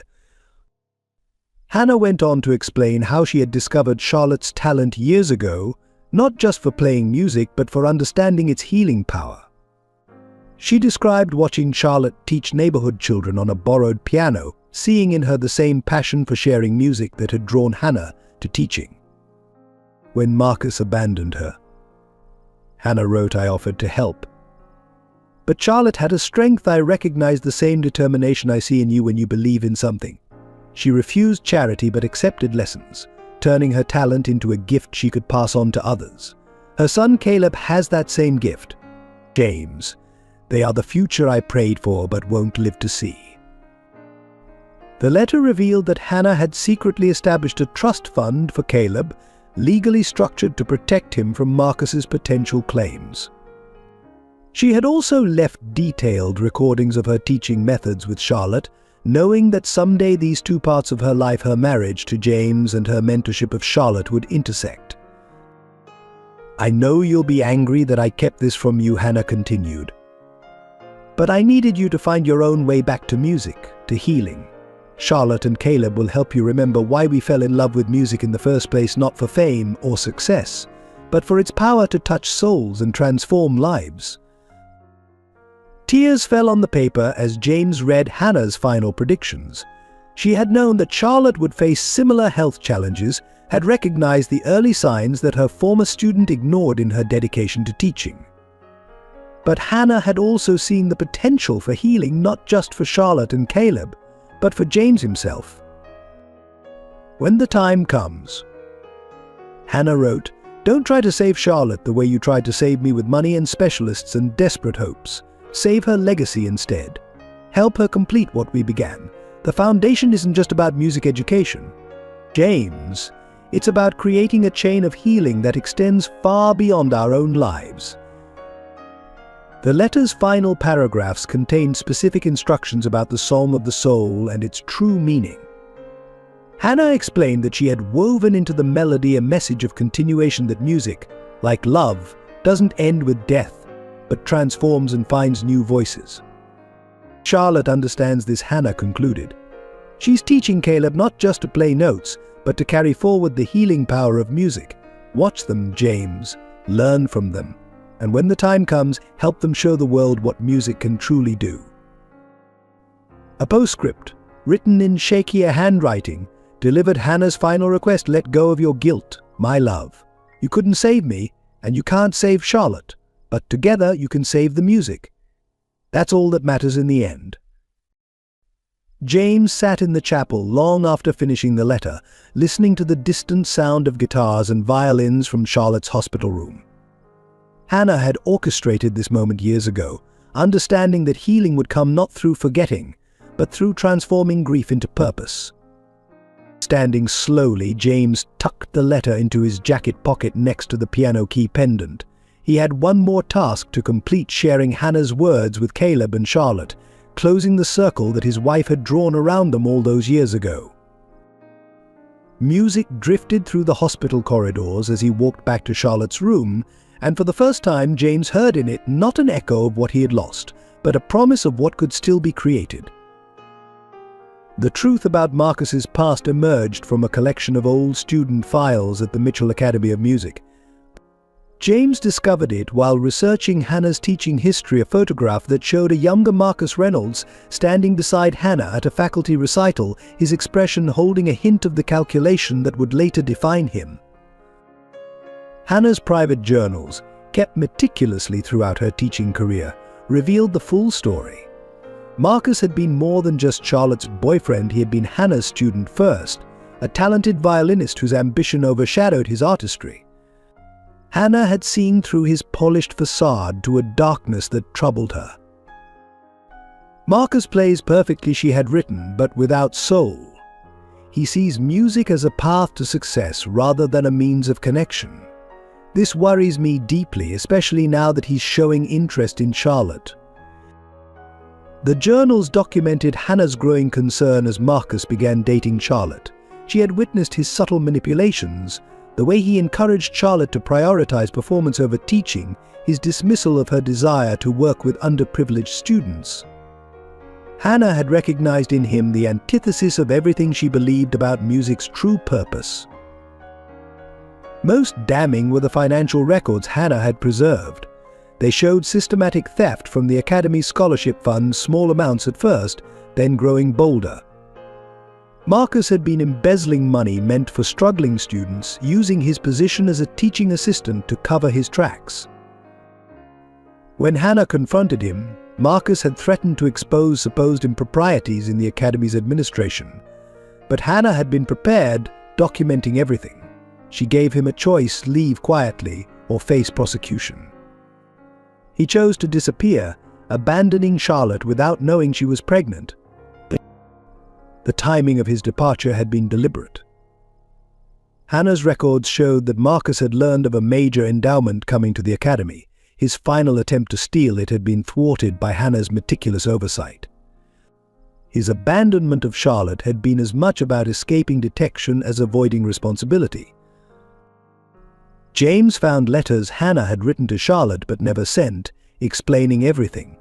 She had chosen to protect Charlotte from the full truth, believing that thinking Marcus left because of the pregnancy was less damaging than knowing he was a thief who had betrayed everything music stood for.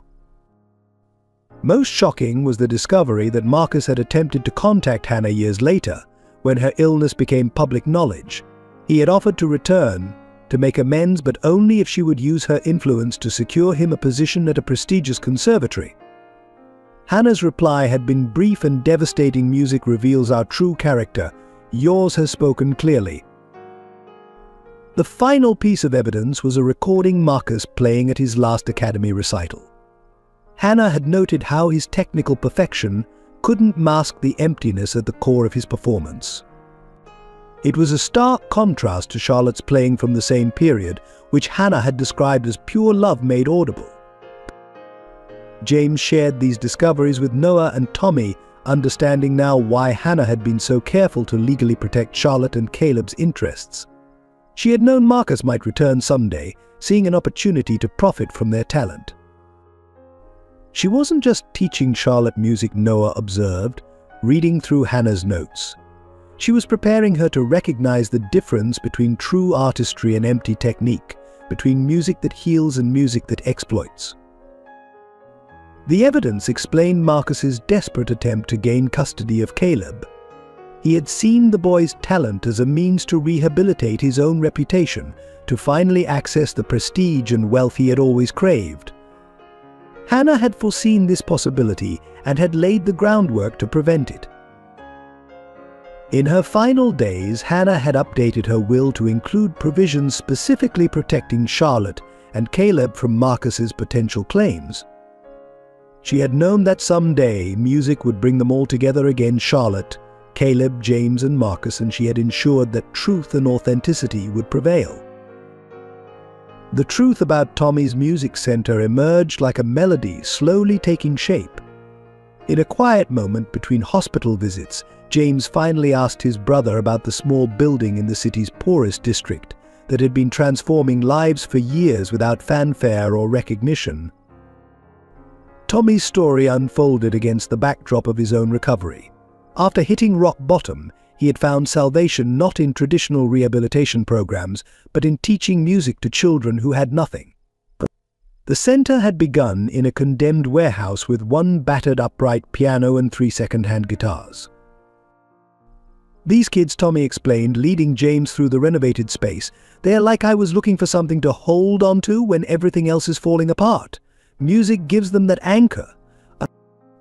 The walls were covered with photographs, children performing at local events, veterans teaching guitar lessons, families gathered around pianos. Each image told a story of transformation. A corner dedicated to Hannah displayed her teaching philosophy: music saves us when nothing else can. The center operated on a simple principle: no child was turned away for lack of money or talent. Tommy had developed a unique teaching method that combined Hannah's classical training with street-smart practicality. Students learn not just to play instruments, but to repair them, to teach others, to use music as a tool for emotional expression.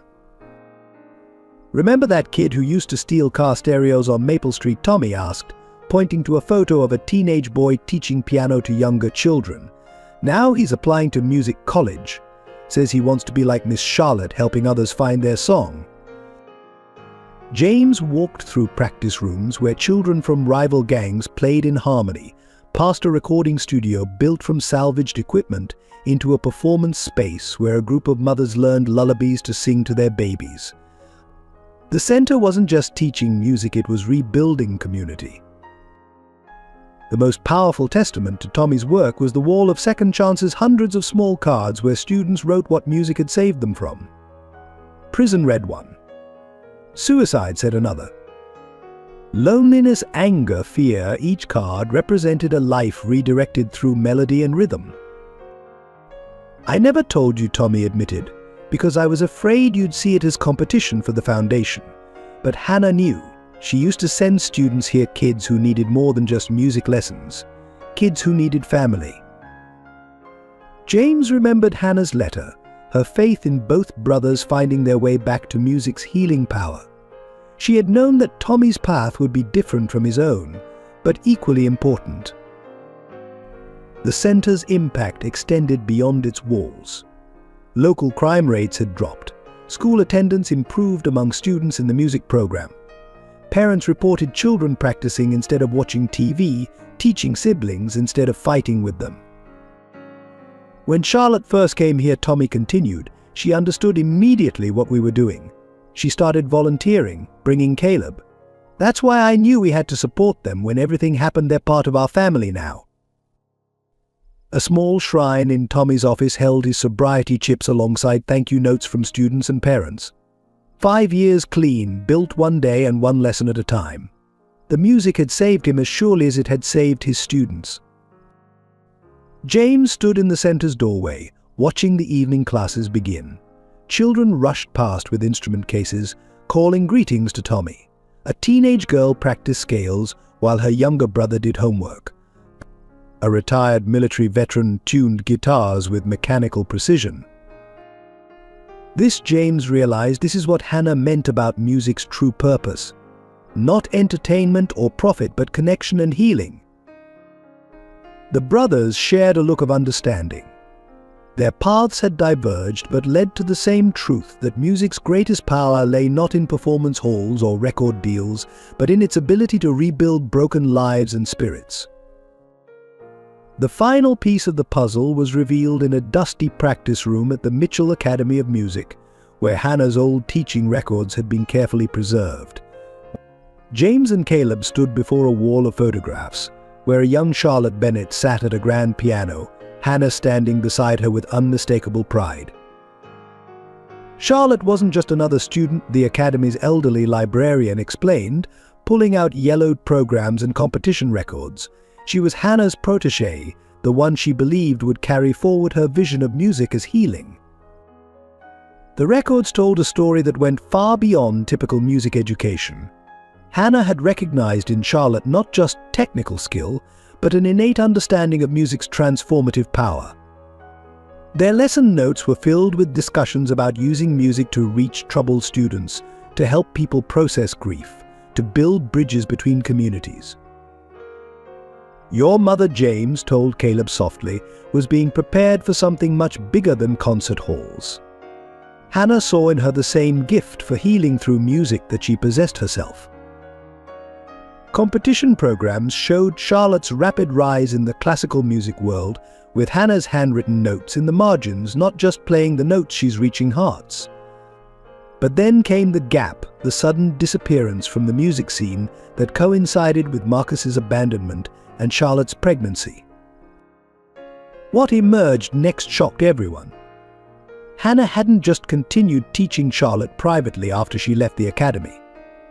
She had been helping her develop a completely new approach to music education, one that combined classical training with accessibility for all students, regardless of their circumstances.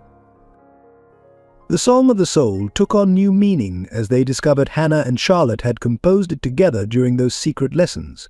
Each variation contained teaching principles they had developed, methods for adapting classical techniques for students with different needs and abilities.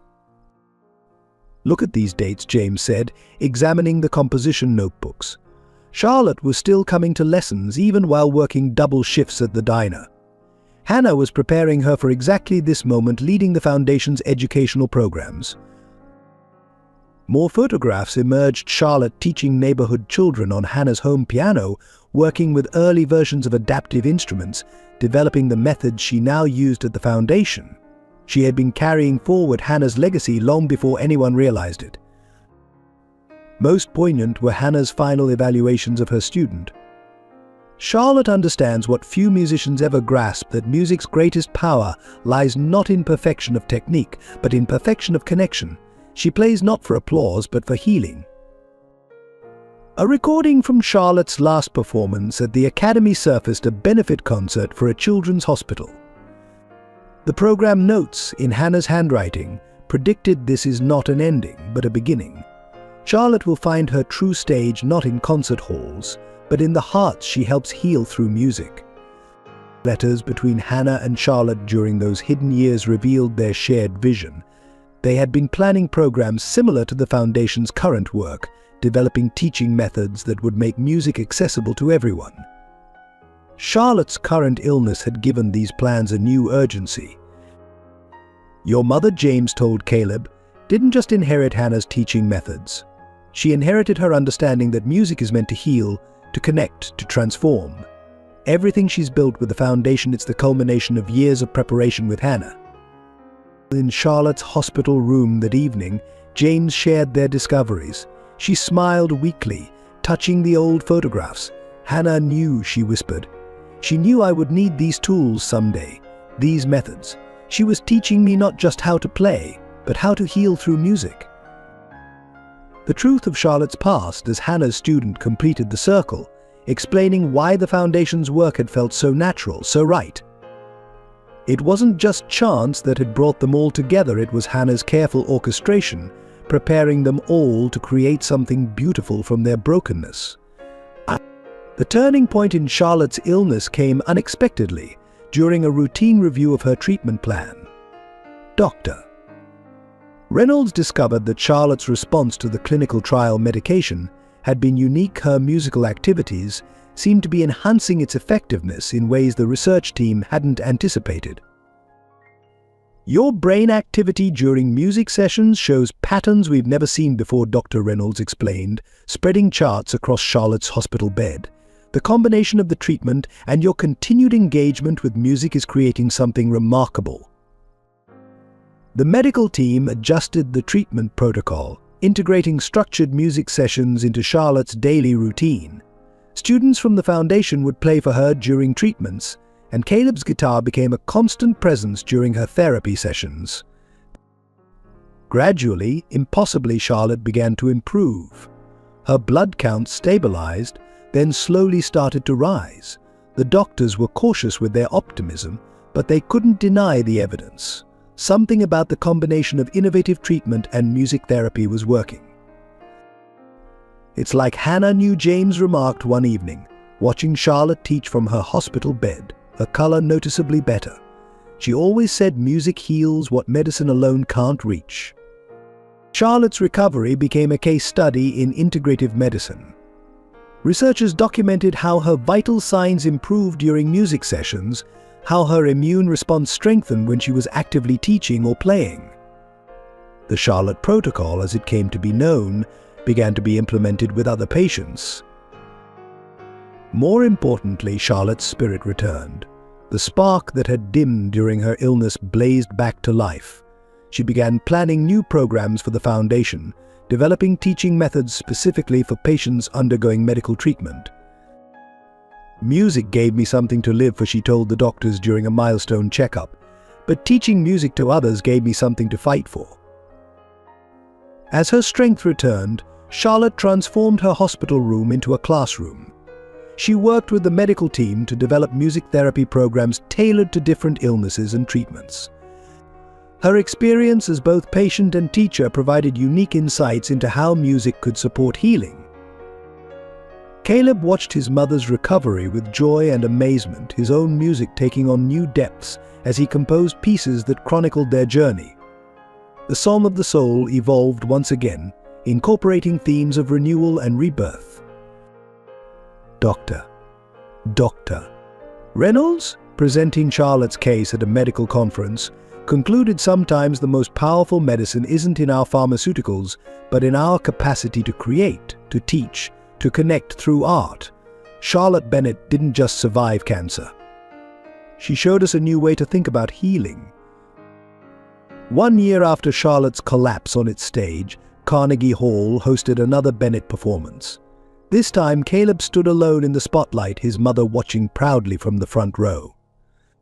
His right hand, now fully healed, moved confidently between piano and guitar as he prepared to debut his new composition, The Healing Symphony.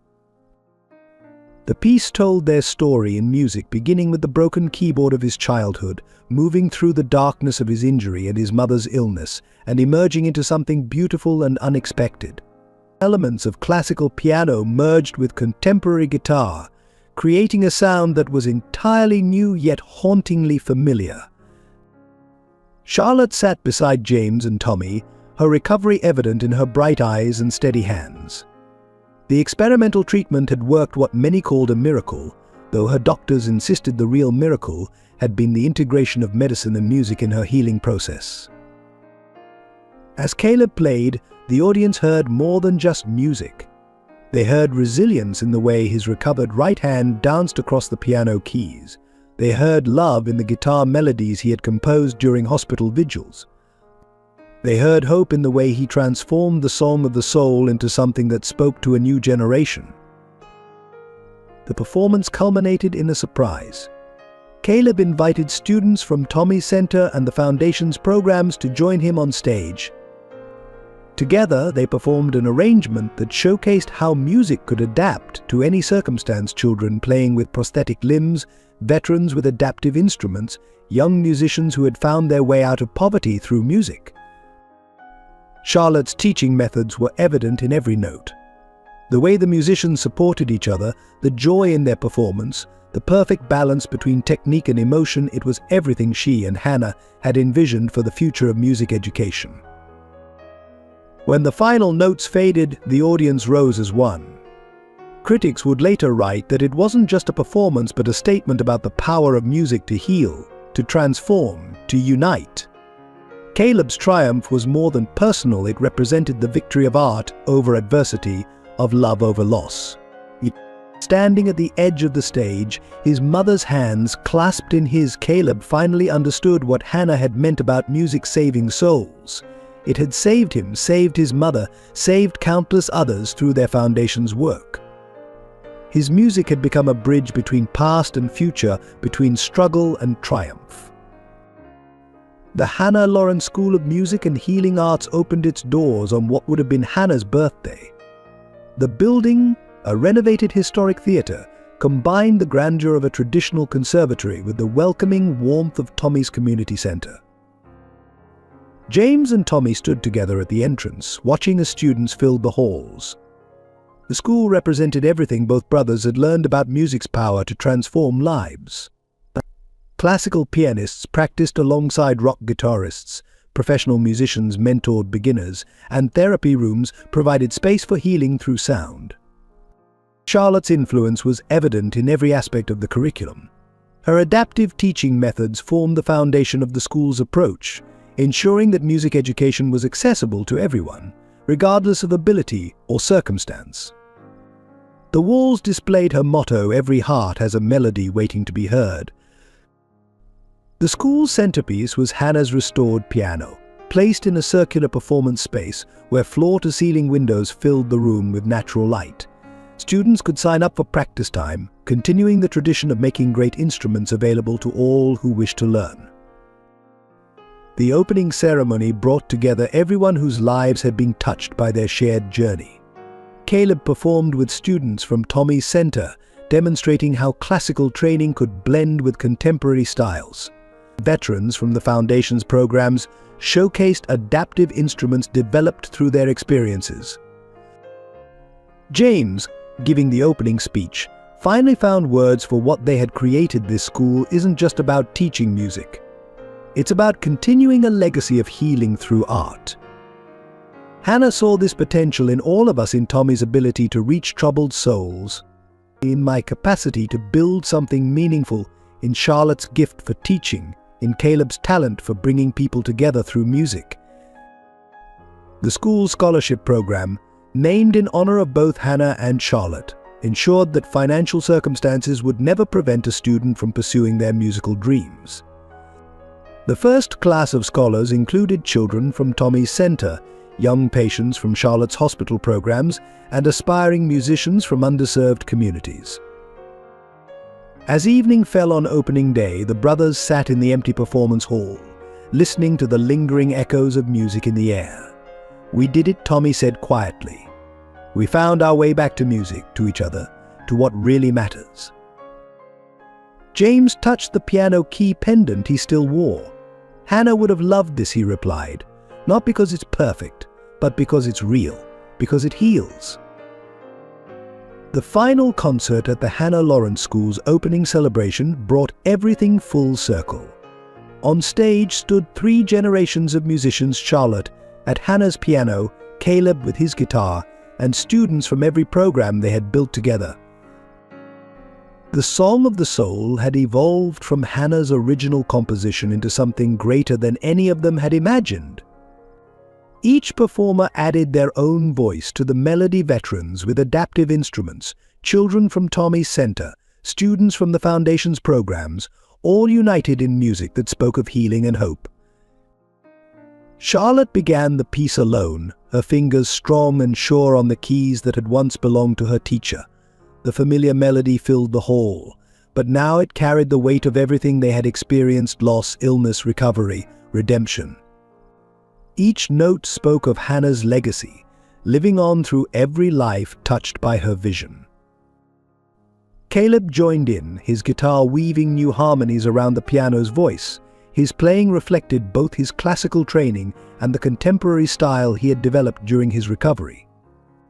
The blend of instruments represented the bridge between tradition and innovation that defined their school's mission. As the piece built, other musicians gradually joined in. A young violinist who had learned to play one-handed after an accident, a veteran with a specially designed brass instrument, children from Tommy's center adding percussion rhythms. Each voice added depth to the music, transforming it from a solo into a symphony. James and Tommy watched from the wings, seeing Hannah's dream made manifest in this gathering of musicians. The brothers had found their own ways to contribute to the music, not through playing, but through creating spaces where others could heal through art.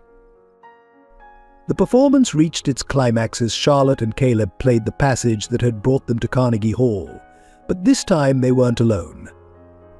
The entire ensemble supported them, demonstrating how individual struggles could be lifted by community, how personal pain could be transformed through shared music. As the final notes faded, there was a moment of profound silence. Then applause erupted, not just from the audience but from the performers themselves, celebrating not just the music but everything it represented: survival, connection, the power of art to heal wounded spirits. Charlotte stood from the piano, embracing her son as tears of joy ran down her face. She had survived to see this moment, to witness music doing exactly what Hannah had always said it could do: bring healing to broken places, hope to desperate hearts, harmony to discord. The Song of the Soul had become more than just a piece of music. It was a testament to the enduring power of love, the healing force of art, and the truth that music, like the spirit, cannot be broken by circumstance. It would continue to evolve, to touch lives, to heal hearts, carrying forward the legacy of all those who had contributed to its journey.